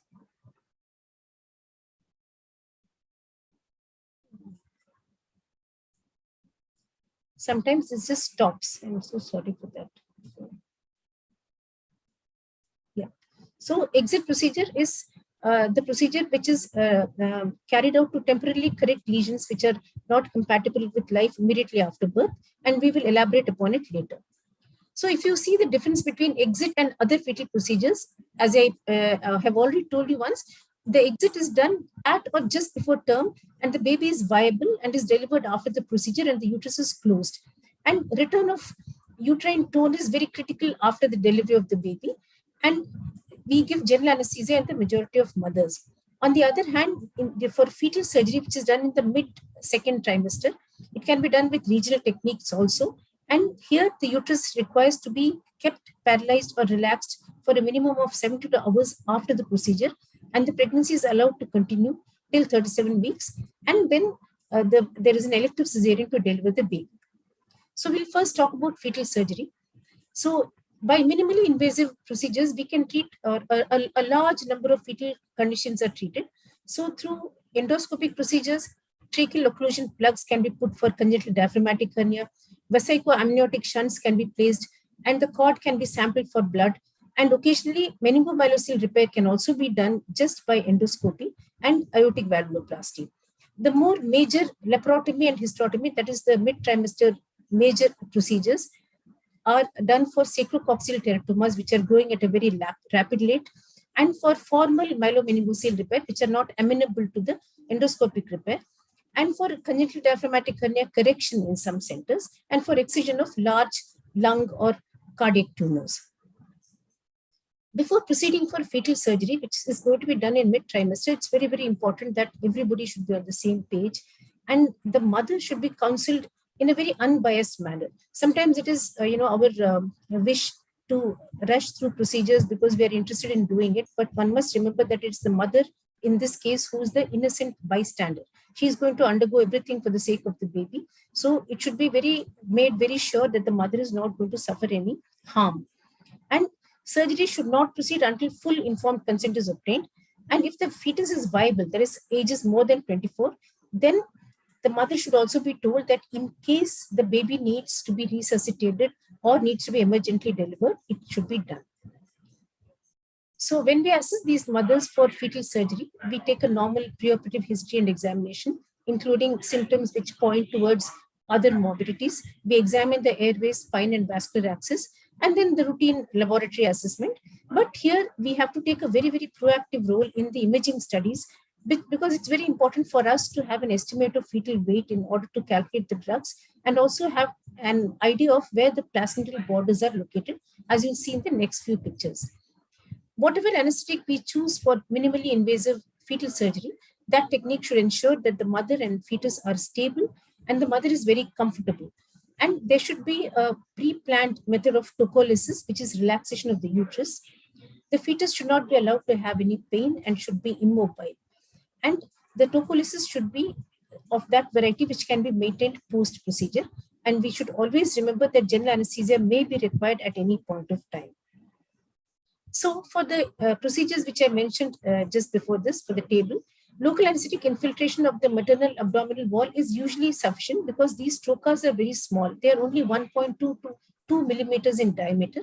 And a good endoscopist who can locate the placenta and make a clear pathway for the trocar does not cause the mother any pain. However, we might supplement maternal analgesia and angiolisis by using some midazolam or low-dose propofol infusion, and this can add to fetal immobility via placental transfer. However, If the placenta is anteriorly placed, then the patient has to assume a lateral position. If she has to be in the lithotomy position for a long time, or if multiple trocar sites are envisaged, it is probably better to give the mother neuraxial anesthesia.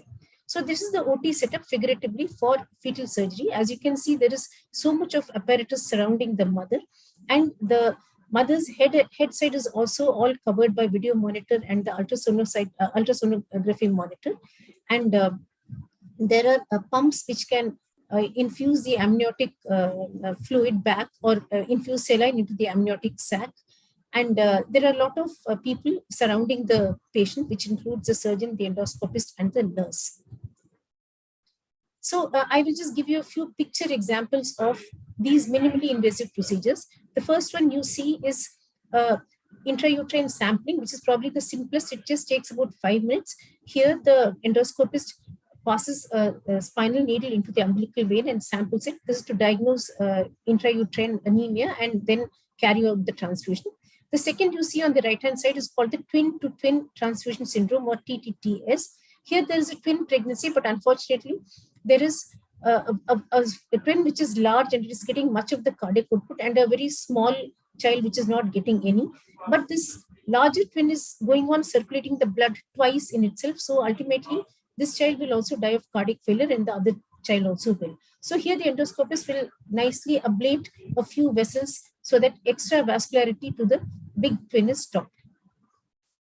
This is now the most trending technique in minimally invasive fetal procedures.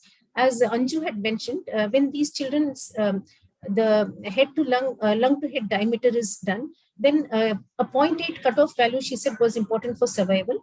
But for inserting the plugs for congenital diaphragmatic hernia, a cutoff of 0.6 has been used. And it has been seen that these very severely affected children actually do well. How does one calculate the wellness? Is by their number of days on the ventilator, and by the fact if they require extracorporeal membrane oxygenation or any other support. So again, through a clear area or a clear path, the endoscopist inserts the trocar and then deploys a balloon into the trachea, which is then left in place. This procedure occurs at around 26 weeks, and about at 32 weeks, the patient comes again for retrieval of the balloon, and then the baby is allowed to again proceed to term. Sometimes, of course, this is combined as an exit procedure, and the plug is also removed when the baby reaches term at the time of cesarean section. Myelomeningocele, they are very small, are also amenable to intrauterine or minimally invasive surgery. Here, part of the amniotic fluid is removed and a slight amount of carbon dioxide insufflation is done so that the area of operation is kept dry. The amniotic fluid is kept warm, and then under vision, the membrane is used to close the dural defect. However, this is possible only for small meningomyelocele. If a child has got obstructive uropathy, it ultimately lands the child into a huge problem, because you'd be surprised to know, but that by the 9th week, all the amniotic fluid in the body, in the uterus, is the baby's urine. So urine output is very important to keep the amniotic fluid volume correctly, and also to ensure that the lungs mature. As you can see in the small infant's picture on this here, you can see that because of the rapidly increasing size of the kidneys and the hydroureter, the lung has become very small. Also, because of very little fluid in the amniotic sac, the child assumes a very flexed position and they develop flexion contractures. They develop a very hypoplastic facies and renal failure. And some of them may also develop the prune belly syndrome.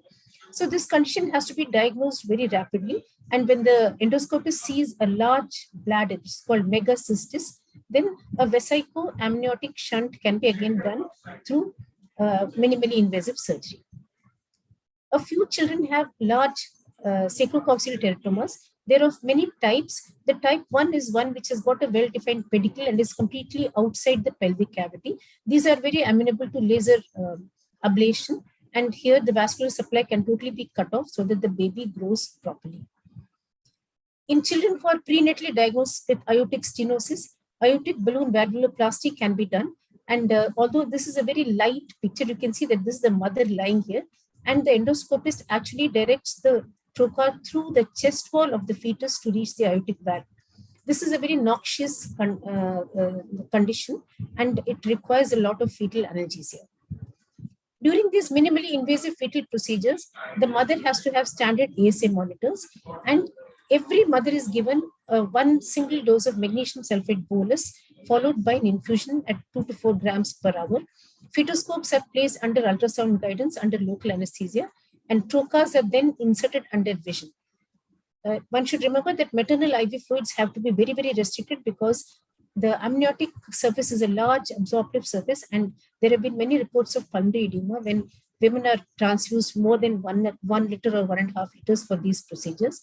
And with the aid of a spinal needle, fentanyl 20 microgram per kg can be given intramuscularly to the fetus to aid analgesia and immobility. So when we're talking about these minimally invasive procedures, there's one thing important to consider is the situation of the placenta. So in a mother where the placenta is posterior, the procedures which I explained to you just now are very easily done because the anterior wall is free. And so these can be done under local infiltration or some kind of spinal anesthesia also. However, for the same procedure, if the placenta is anterior, then the mother needs to have a laparotomy and the uterus has to be exteriorized. So for this is usually not tolerated very well with spinal anesthesia. So general anesthesia may be required depending on the placental position, and hence our proactive role in determining where the placenta is, at least we should consult with the obs-gynae people. So here is the minimally invasive endoscopic repair of myelomeningocele. So although again minimally invasive, note the lithotomy position in which the mother is kept for a prolonged period and the exteriorized uterus. So it is these conditions where, although the technique is minimally invasive, the procedure for the mother may be very difficult. So the mother may actually require GA for tolerating such positions. Fetal movement is very hazardous during intrauterine fetal manipulations and surgery, because a needle which is displaced can cause trauma or bleeding or even compromise umbilical blood flow. So maternal remifentanil has been recommended, and in countries abroad where remifentanil is available, this is the standard medication to use, 0.1 microgram per kg per minute as infusion to the mother.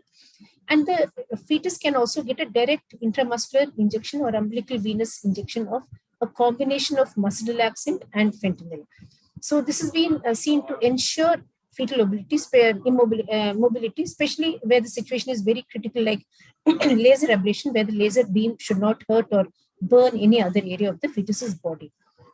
And if the mother is being given general anesthesia, then there is quite adequate placental transfer of volatile halogenated agents to immobilize and anesthetize the fetus, as we will see in the exit procedure. So now coming to the open fetal surgery in the mid-trimester. So this is done mainly for repair of meningomyelocele, large ones, debulking of large sacrococcygeal teratomas, congenital diaphragmatic hernia repair, and large intrathoracic masses which are compressing the heart. We may all not know this, but it is very important to operate on spina bifida children as soon as they are born. So occasionally we have the very sad thing of these children coming, after 1 month or 2 months, or even sometimes after a year. As you can see in these pictures, when the child develops a spina bifida, then there is also concomitant development of hydrocephalus in the child's head, which pushes down the brainstem, leading to a Chiari malformation. So there is a existing Chiari malformation which allows CSF to accumulate in this myelomeningocele. And if the surgeon does not bother about it and just closes this, then the child will immediately die of coning. So normally, meningomyelocele repair is also combined with a ventriculoperitoneal shunt if this procedure is done after the child is born. However, if the child presents to us in mid-trimester, then in centers which carry out this procedure, they can restore the child to normalcy. So this myelomeningocele, where the embryonic neural plate fails to complete the development, the meninges are protruding and exposed, and they get exposed to the amniotic fluid, which is not at all a healthy fluid, and the motor dysfunction occurs to one level above the cord involvement. Unfortunately, when these children grow up, they have a lot of learning disabilities and also loss of bladder and bowel control. So in utero repair has the potential for decreasing these neurological deficits and reduces the intrauterine exposure and improves the quality of life. So open repair of myelomeningocele is required when it is a very large defect. And here the patient has been subjected to a laparotomy and a hysterotomy. You can see that this is the uterine wall through which the baby's back and the meningocele is just seen to protrude. This is the MRI of the child where you can see the Chiari malformation, and this is the myelomeningocele. So here is a picture of a procedure actually. So this is the uterus, and this is the baby's back which has been exposed, and this is the large defect here. And after the defect is closed, the flaps are raised and the skin is also closed. And when the baby is born, there is just a scar which remains. And there have been studies which is known as the management of myelomeningocele study, that is the MOMS study, which recently concluded. And it was trying to see whether there is improvement in the fetal or neonatal death, the need for ventriculoperitoneal shunt, and mental development and motor function. And it was found that fetal surgery actually reduced the need for ventriculoperitoneal shunt and improved the motor outcome. There is, of course, a small flip side to open hysterotomy because it carries the risk of premature rupture of membranes and preterm birth. Sacrococcygeal teratoma is another tumor which is very amenable to intrauterine surgery because it is associated with a very large mortality, nearly more than 1/3, more than 37%. And these children, when diagnosed with sacrococcygeal teratoma, are subjected to serial ultrasound assessments. And if the tumor is growing at a very, very rapid rate, then it develops an arteriovenous fistula, AV fistula physiology, leading the child into high output cardiac failure and hydrops fetalis. And because of its size, it can also cause difficulty in labor. So in intrauterine surgery, radiofrequency ablation or embolization of the feeding vessels can be done, or the tumor can be debulked through a hysterotomy. There is a very strange syndrome called the Ballantyne syndrome, which occurs in mothers of fetuses who have any condition leading to cardiac failure or hydrops. So in the children with severe cardiac failure, hypoplastic left ventricle, and sacrococcygeal teratomas, wherever there is an enhanced blood flow or even twin-to-twin transfusion syndrome, the mother also develops signs and symptoms which mimic the baby's syndrome. So it's also called the mirror syndrome in the mother. So this is a picture of open surgery to debulk sacrococcygeal teratoma. Here, this is the edge of the uterus, and this is the baby's back. You can see the spine here, and this is the large sacrococcygeal teratoma. And here you can see the lower limb of the baby when the teratoma is moved to one side. And this is the picture showing that it has been sufficiently debulked. There have been reports of even cardiac teratomas being removed through hysterotomies. This is the uterus, and here is the baby. These are the arms of the baby, and this is the skin incision and the sternotomy being done to remove a pericardial tumor. So the anesthetic considerations when these patients are to go hysterotomy is very different from those of minimally invasive surgery, because here profound uterine relaxation becomes mandatory, and the uterus has to be exteriorized, and an incision is made in the fundus after adequate placental mapping. The amniotic fluid has to be continually replaced by warm saline. The fetus is brought into the appropriate position and the surgery starts, and the fetus needs to be immobile, and the procedure may be very, very prolonged. And the patient requires very good postoperative analgesia and tocolysis. So a combination of general anesthesia with epidural is strongly recommended for women who have to undergo hysterotomy and fetal surgery in the mid-trimester. When we give general anesthesia to a pregnant woman, the advantages are that since they are tocolytics in their own way, they produce excellent uterine relaxation and also confer a lot of analgesia and anesthesia to the fetus. And most importantly, the procedure is tolerated well by the mother, and the discomfort of exteriorization of the uterus in the form of nausea and chest discomfort is totally avoided. And since we already have airway control of the mother, in case there is any untoward event like hemorrhage, we are already very safe. So maternal anesthesia is started off with an epidural and with endotracheal intubation, and the tube is fixed and nicely secured. Regarding the mother's monitoring, standard ASA monitoring is of course a must, and along with that, invasive arterial pressure monitoring is strongly recommended because we need to see her pressure changes with tocolysis in order that the fetus is not affected.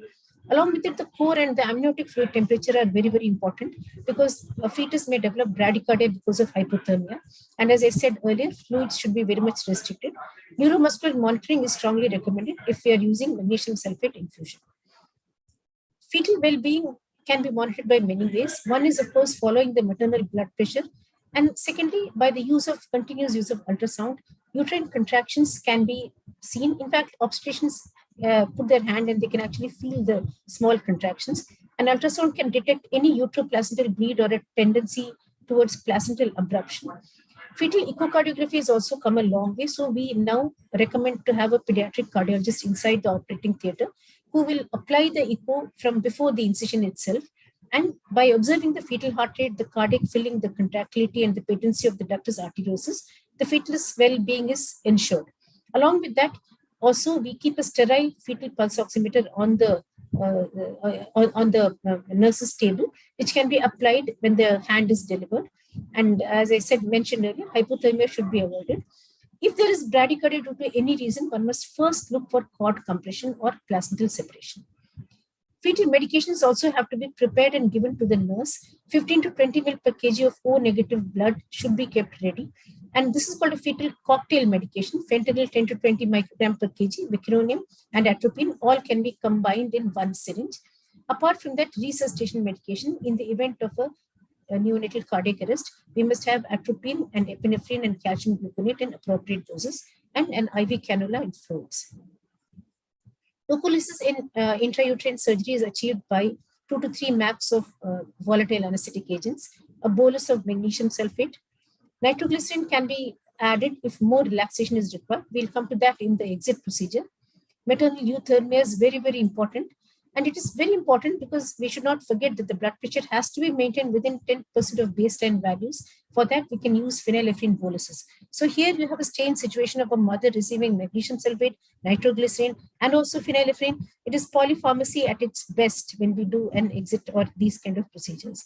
And we must constantly watch the cord pulsation and make sure that the uteroplacental interface is normal. And the uterus is continually filled with warm saline by the nurse to avoid any uterine contraction, because if the uterus becomes empty, its tendency is to contract. We still have a lot of gaps in knowledge regarding fetal pain, but it has been seen that by 19 weeks of gestational age, that is entering into the second trimester, the fetus can actually show reflex withdrawal from noxious stimuli. Even with cord stimulation, there is a reflex withdrawal. And there is a very active pituitary adrenal sympathoadrenal circulatory stress response also seen. Although it is very difficult to know whether adequate analgesia suppresses these things, but still fentanyl is strongly recommended to be used because it has been seen that with the provision of good opioid analgesia, all the response on the part of the fetus stops. So when the procedure is finished, the fetus is returned to the uterine cavity. The uterus is filled with warm saline and the hysterotomy is closed. Tocolytics have to be continued for at least 72 hours. Steroids may be given to the mother to improve lung maturity. And these patients are advised to stay very close to the hospital. In fact, they are kept in the hospital for at least a week. And they are taken up for elective cesarean section at 37 weeks, at which point blood and large bore IV cannula should be available because the incision, there is a chance of uterine rupture or placental dehiscence. So now we come to the very interesting part, that is the anesthetic management of the exit procedure. So the exit is the short term for ex utero intrapartum treatment. That means the baby is outside of the uterus, but still it is in the process of delivery, intrapartum treatment. So this is used where we need to definitively secure the airway in a child with a congenital airway problem or a neck mass, or in children in fetuses with very severe cardiopulmonary disease, where they have to be put on ECMO immediately, but they need a bit of time for all to arrange all the logistics. So the indications for exit can be done for airway issues like neck mass with obstruction in the form of teratoma, tracheal atresia, micrognathia, and also, as I mentioned before, the removal of the tracheal plug if it has been placed for congenital diaphragmatic hernia.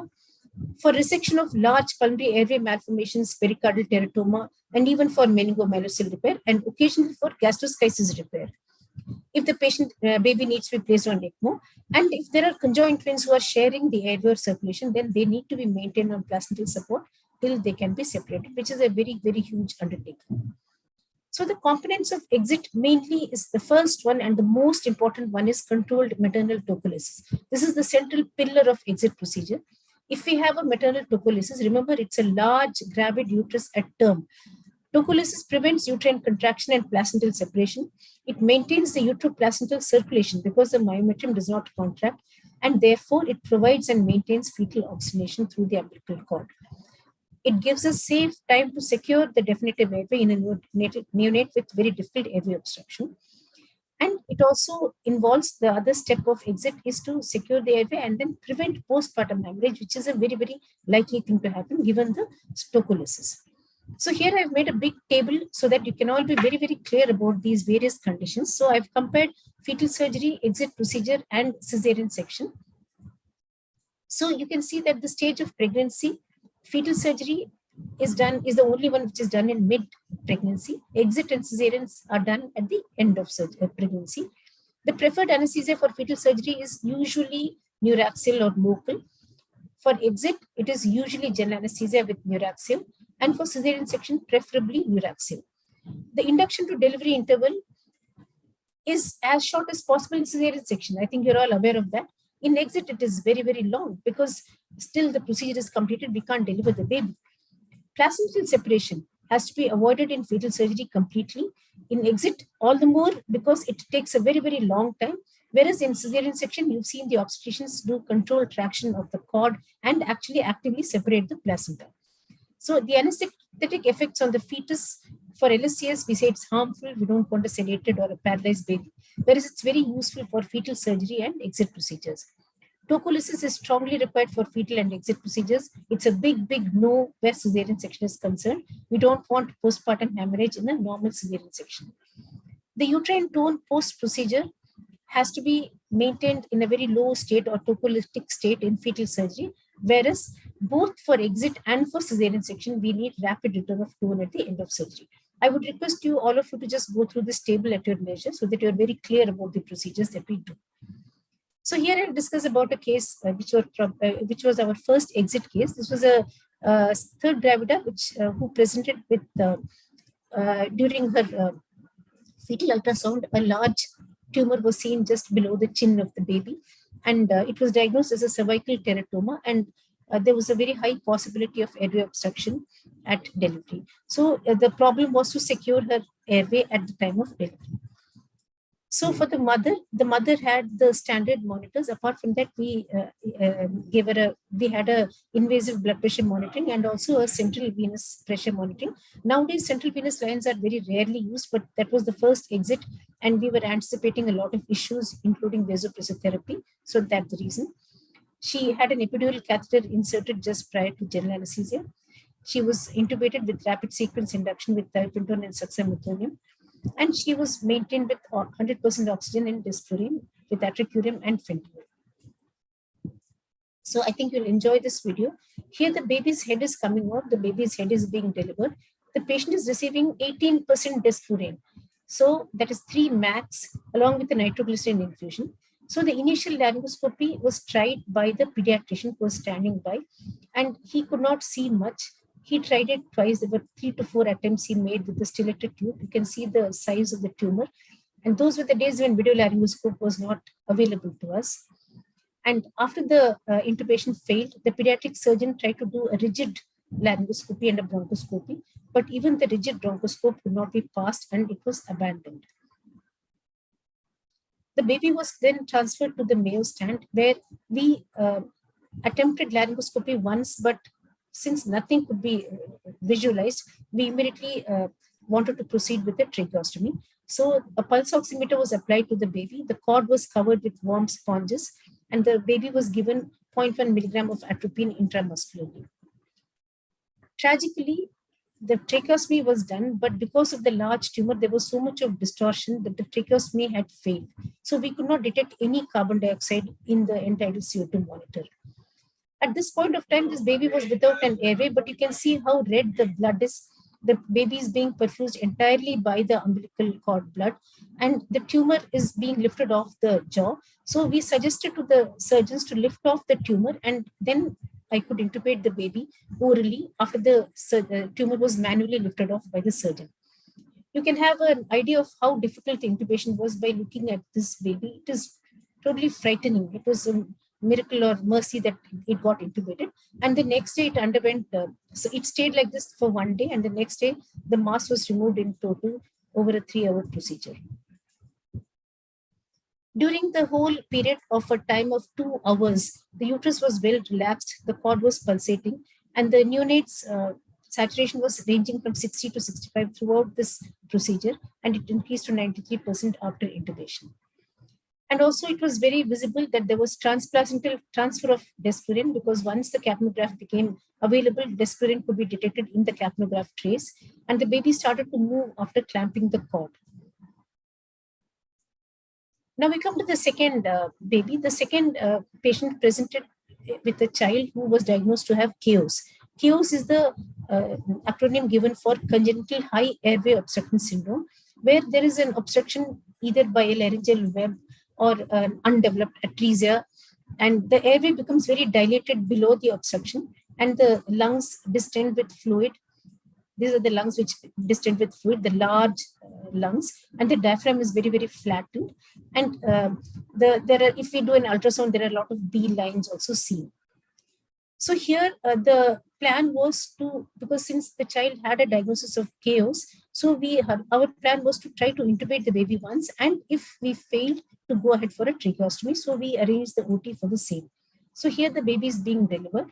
And you can see that after delivery, the baby was immobile and apneic because of a transfer of all the anesthetic agents from the mother. So the pulse oximeter was applied and the cord was covered, and we did the first intubation attempt.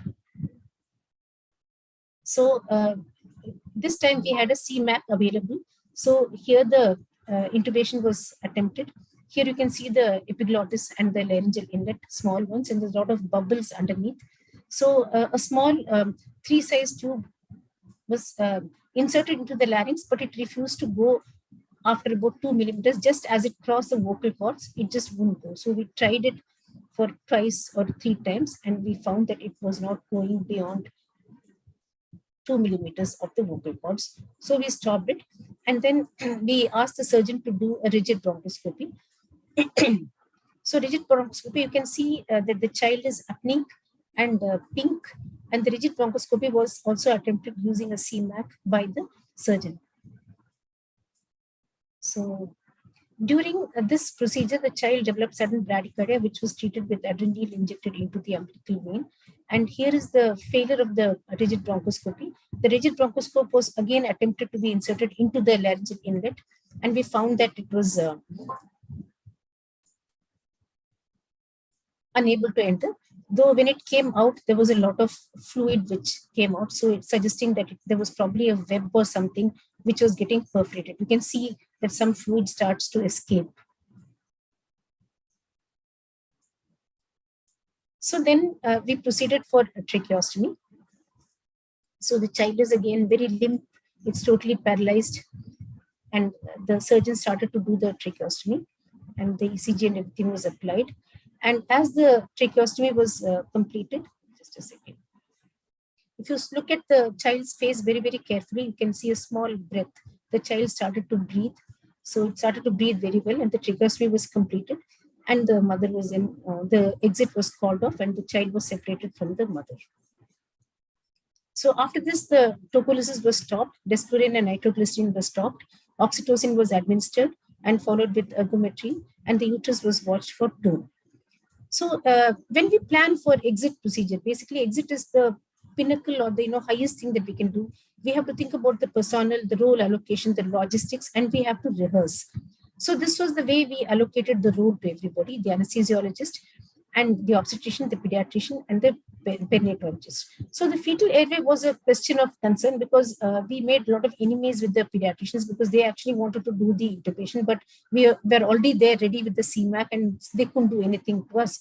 So we told them very kindly that we were more experienced in the use of CMAC and also intubating such small babies. So our duty is to arrange the OT, provide for maternal anesthesia, ensure tocolysis and the fetal airway. The obstetrician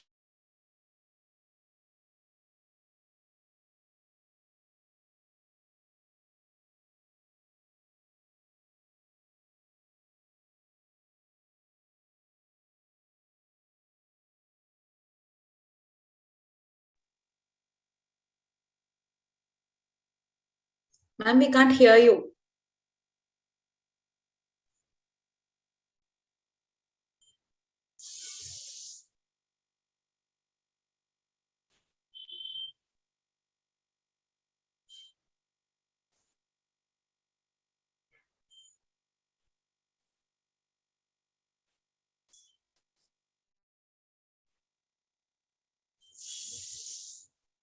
Yeah, ma'am, we are unable to hear you.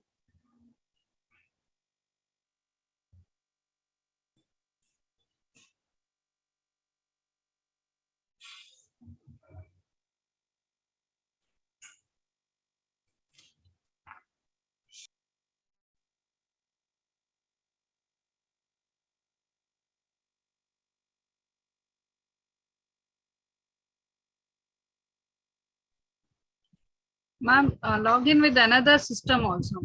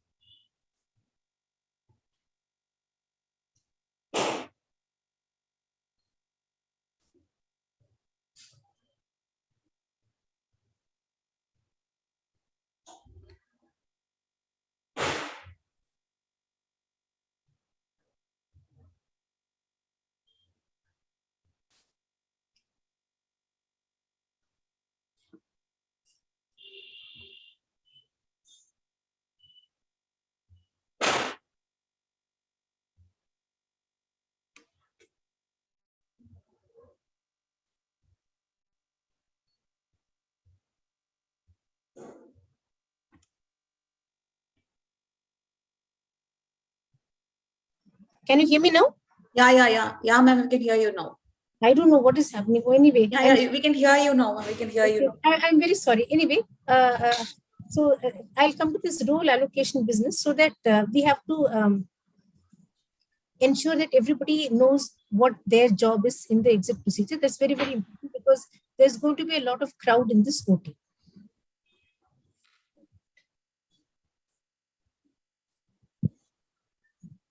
So, for example, this is the OT which we are used to. So we have to actually virtually think out of the box.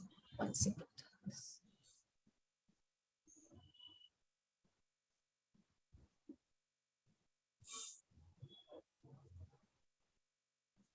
So we may have to rearrange the OT table, and then we have to ensure that we find the position for the anesthesiologist and the technicians and the nurse trolleys, where the obstetrician is going to stand, where the pediatrician is going to stand. And as you can see that we have two workstations, one for the baby and one for the mother, and the suctions and the electrocautery and whatever is required for the surgery has to be placed very nicely. And also there have to be two trolleys, one for the baby and the pediatric incubator you can see. But then the most surprising thing was these. So since the exit was being done for the first time, we had a lot of visitors into the OT, and soon the OT was filled with people who sort of, who were just watching and wanting to have some fun, and it was very tough to chase them away. So OT arrangement and OT rehearsal is very, very important. And then the mother has to be, for an exit procedure, it's a very, very major procedure, and the mother has to be assessed and counseled for the whole procedure. So we normally take a lot of pains to tell her what all we'll be doing. And we have to see whether she is already on tocolytics, which is a very high probability. And if she already is on magnesium citrate, she's going to be very, very sensitive to relaxants and may have even CNS depression. So maternal anesthesia, when we give gel anesthesia, as I highlighted before, it affords airway control and oxygenation, gives us a lot of time, and is useful if there is sudden postpartum hemorrhage or if the patient has to have an emergency hysterectomy. Sevoflurane and desflurane are recommended, and isoflurane is not very well recommended because it adds to a lot more of fall of pressure, and because of its action on the peripheral vascular resistance. And a lot of authors have used epidural analgesia as adjunct. So to produce tocolysis, deep inhalation anesthesia of 2 to 3 maps of sevoflurane or desflurane are given, which is initiated 10 minutes before uterine incision. And fetal bradycardia may occur with very high concentrations of desflurane. We must watch out for it. Propofol and remifentanil have been used in mothers who had malignant hypothermia. And nitroglycerin infusion at the rate of 0.5 to 1 mic per kg per minute can be used to supplement tocolysis. It can result in reflex tachycardia and tachyphylaxis, but more worrying is that it can cause pulmonary edema in mothers who are susceptible, especially who had a very long exit procedure with a lot of amnio infusion. So the high doses of anesthetics and the nitroglycerin are very, very potent. They produce maternal hypotension in a very severe manner, and also set the scene for severe postpartum hemorrhage. So we have to manage it very, very aggressively with phenylephrine boluses, occasionally with norepinephrine, and have blood cross-match ready in the blood bank in the event that we need it. So epidural anesthesia alone has been sometimes used for exit. And in a very obese person here, remifentanil was used with combined spinal epidural. But whatever said and done, definitive airway control is a must for the mother. It makes us very comfortable. The fetal preparations also have to be very, very ideal. The OT temperature, the airway equipment, monitoring, and also the drug in proper dilution. We have to be ready to attach the monitors to the neonate very, very quickly. So a very concerted teamwork is very important. One person is intubating, the other is inserting the IV line, the third is putting the pulse oximeter, and so on. Fetal airway management has been fairly successful, whatever series are there in the literature. So there is an airway algorithm for the management of teratomas, which I have slightly modified. So if direct laryngoscopy can lead to intubation, then we can complete exit. If intubation is not possible, then rigid bronchoscopy can be done. And if it is possible, then a tube can be inserted, and then again exit can be completed. But there are instances like our first baby where we could not do it with the rigid bronchoscopy. We could not even do it with the tracheostomy. And after that, we had to again come back all the way to intubate. So although exit is multidisciplinary, involving pediatric surgeons, neonatologists, obstetricians, and ENT surgeons, it is the anesthesiologists who are involved in the OT planning, maternal anesthesia, tocolysis, in fact, the whole of exit. And we conduct the multidisciplinary procedure much like an orchestra is being conducted. So we have to be very, very careful. There's no limit to how careful we have to be. So mortality without fetal surgery is very high in complex and anomalies and in airway anomalies, and fetal surgery in selected indications can improve the quality of life in these babies.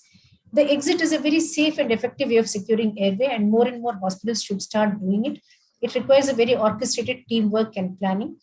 The anesthesiologists play the pivotal role and should be involved well before delivery, and we are the best people to intubate in OT conditions. So thank you very much, and I'm really very sorry for all the glitches that I produced. Thank you, Vinodini. Thank you, ma'am. It was really nice having to hear from you. Those glitches are nothing for those videos that you have shown us. We had a first-hand experience of what you experienced. Thanks for those wonderful videos, ma'am. Amidst that, those glitches are nothing, ma'am. And you had proved your stewardship role in these procedures also, and it was wonderful to see those procedures. A few questions, ma'am. Any role of rectal indomethacin given preoperatively as a tocolytic agent, ma'am? Rectal indomethacin has been reported, but although there is a problem of premature closure of the ductus, so whenever we talk about indomethacin, we look at the fetus, and especially the very small fetus. And it's actually a very fine way of balancing, because there are centers, as I said before, fetal surgery is still not very, very popular. So in fact, after the initial exuberance, now people are becoming much more watchful and careful of the selection. So in case the baby doesn't have a very high chance of survival and we're going to add a closed ductus to it, it's not a very good thing. But there are people who use indomethacin as an adjunct for tuberculosis. Yeah, and any role for atosiban? I got to read about atosiban in a journal, some oxytocin antagonist. Is it available here? No, it is not available. Thankfully, we don't have it here. Otherwise, it would have added to more confusion. Okay, so we are quite okay with our nitroglycerin. And when you give that 18% desflurane, it is something to be seen, to be believed. First of all, one would never imagine that one can give 18% desflurane. So giving that and nitroglycerin, the uterus is like a cloth. So, you know, when they touch the abdomen, so they go by palpation. So it is just as if you can sink your hand right into the myometrium. There's no tone at all. And so we are so scared of the PPH. So they use the harmonic scalpel to, you know, cut the edges. So it was a tightrope walk, but it was very good because I think we learned so much. And subsequently, we've done 3 more. So all in varying. Stapling device is used to cut the to make an incision. Hemostatic scalpel, like the harmonic scalpel. Scalpel only. So they just keep on sealing the uterine wall as they go around. And phenylephrine is the preferred vasopressor in the mother, and if at all required, norepinephrine. Am I right, ma'am? Norepinephrine we didn't need to. Nowadays, norepinephrine, there's a low threshold for using it anyways, because after its use in sepsis or septic sepsis-like scenarios, so it has gained its ground even for maternal postprandial hypertension. But having said that, phenylephrine is a more predictable. We know what 50 mics will do, so it's more like that. But then it can actually very seriously reduce fetal cardiac output. Although these are conditions where we're not dealing with that so much, but I don't know, there are no studies or no comparative studies. But phenylephrine is definitely prepared. Any role for cardiac output monitoring in the mother, like transesophageal echo, or any role for that? In the mother, it is not the cardiac output which is bothering us so much. I mean, it is the placental perfusion. So probably something which can say whether the uteroplacental flow is normal. Probably that would be of much greater help than the global cardiac output. I think it is a regional flow which is so important for the fetus also, because fetal survival depends a lot on the maternal pressure. Yes, ma'am. And the infusion of the saline or RL also can be used, or is it only saline for the amniotic? No, saline was previously used. Nowadays, they are using lactated. Do we have any definitive endpoint as to how much it has to be infused, the rate of infusion? Do we have any definitive endpoint for that to judge how much we have to infuse? Just that the fetus is bathed in it, and like when it is out, the cord is bathed in it. So when the uterus is open, you don't see any space in it. So you don't measure. I suppose it depends on the size of the uterus. So the uterus is like a big pot. So it is filled till it is visible. But we have to be very aware that there's a lot of absorption occurring there, and also any open venous sinuses. So mothers become hypervolemic very quickly. So we have to reduce the IV in the mother, IV fluids. Very drastically. We should not infuse any. We just keep an open line. That's it. And for any blood loss, we replace the blood loss with blood instead of going for a crystal. That is what is recommended, but strangely, we have not had any blood loss. In the 5 exits we did, there was no. What is the maximum blood loss you had encountered during exit procedures, ma'am? Max 1 liter, not even 1 liter, just 500 ml to 1 liter or so. Okay. I think everybody's standing on their toes, so I mean things are okay. I think when one becomes careless, I think these things start to happen. But at the same time, we cannot rule out the possibility of massive PPH, and also postpartum uterine atony has been reported even 24 hours after the procedure. So the patient has to be kept under observation. And if the fetal cocktail administration, if it is IM, it is okay. But if it's going to be IV, we go in for the umbilical vein. Yes, we're going via the umbilical vein. Yes, IM is sort of more rapid and sure, so they don't waste time in it. That's the reason why. Otherwise, umbilical vein is very good. It is sort of more sure. Sometimes in one of them, the pediatrician placed a catheter into the. Yeah, that was the next question, ma'am. Do you place a catheter?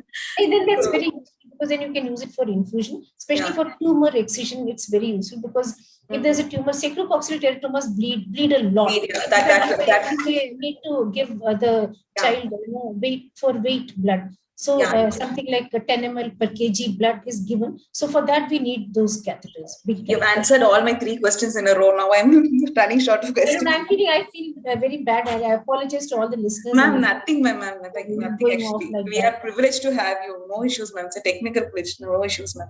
And if at all the RBCs have to be transfused for the child, we go in for a leukodepleted or leukodepleted one. That is fairly standard now. Even for the mother, leukodepleted one is only so, but we don't go for the whole blood or anything, which was previously the thing. So in babies also we go for leukodepleted RBCs only.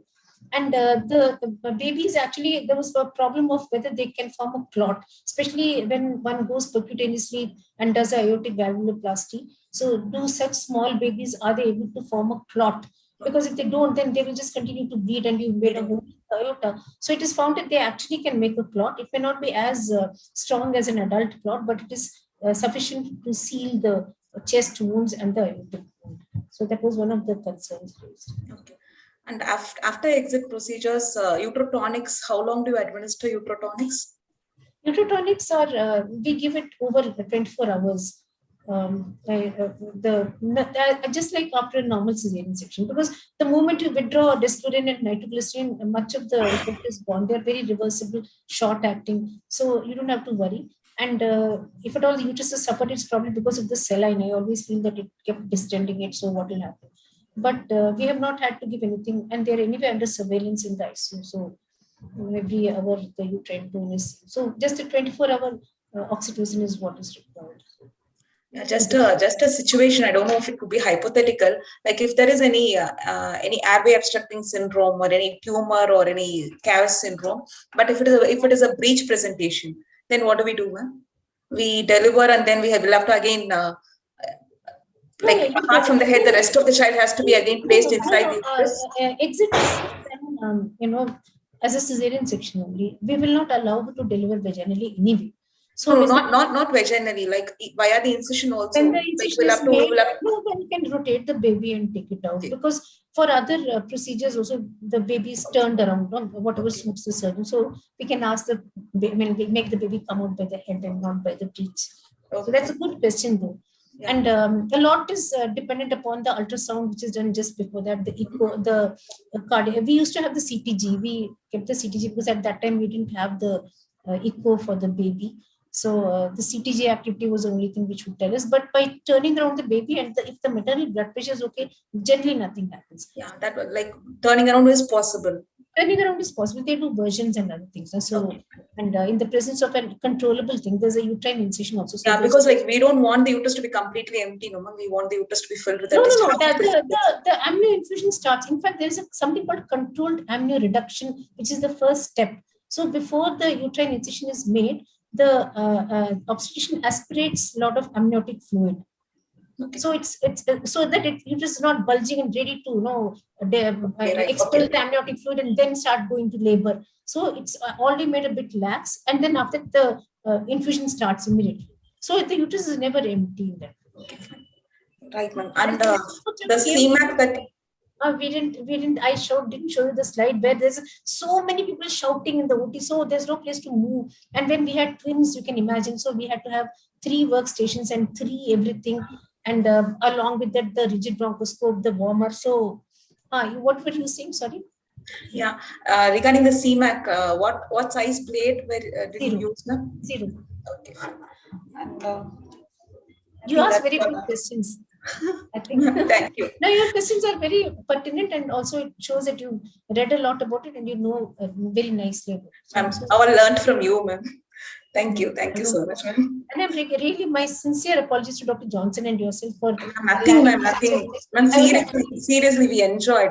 You had made us visualize. It was like like a Hollywood movie kinds. So thrilling it was to watch all those things, and how you had employed your stewardship and leadership role there. That is more important in this. No, the best part was that the one senior obstetrician came after everything was much over. She said, so there's nothing happening. Like everything had already happened. So it's like that we take on everything on our head.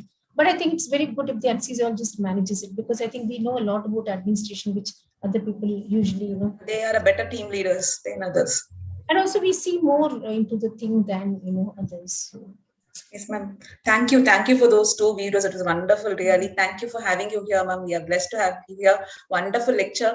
Wonderful lecture. I don't have words to say. Add something to everybody's knowledge. That's all. So if the PGs have any issues, you can just ask them to mail. Yeah. We would just message you and get your answers, ma'am. Thank you so much. Thank you so much. Again, Dr. Johnson, thank you very much. Where is here? I hope you can hear me.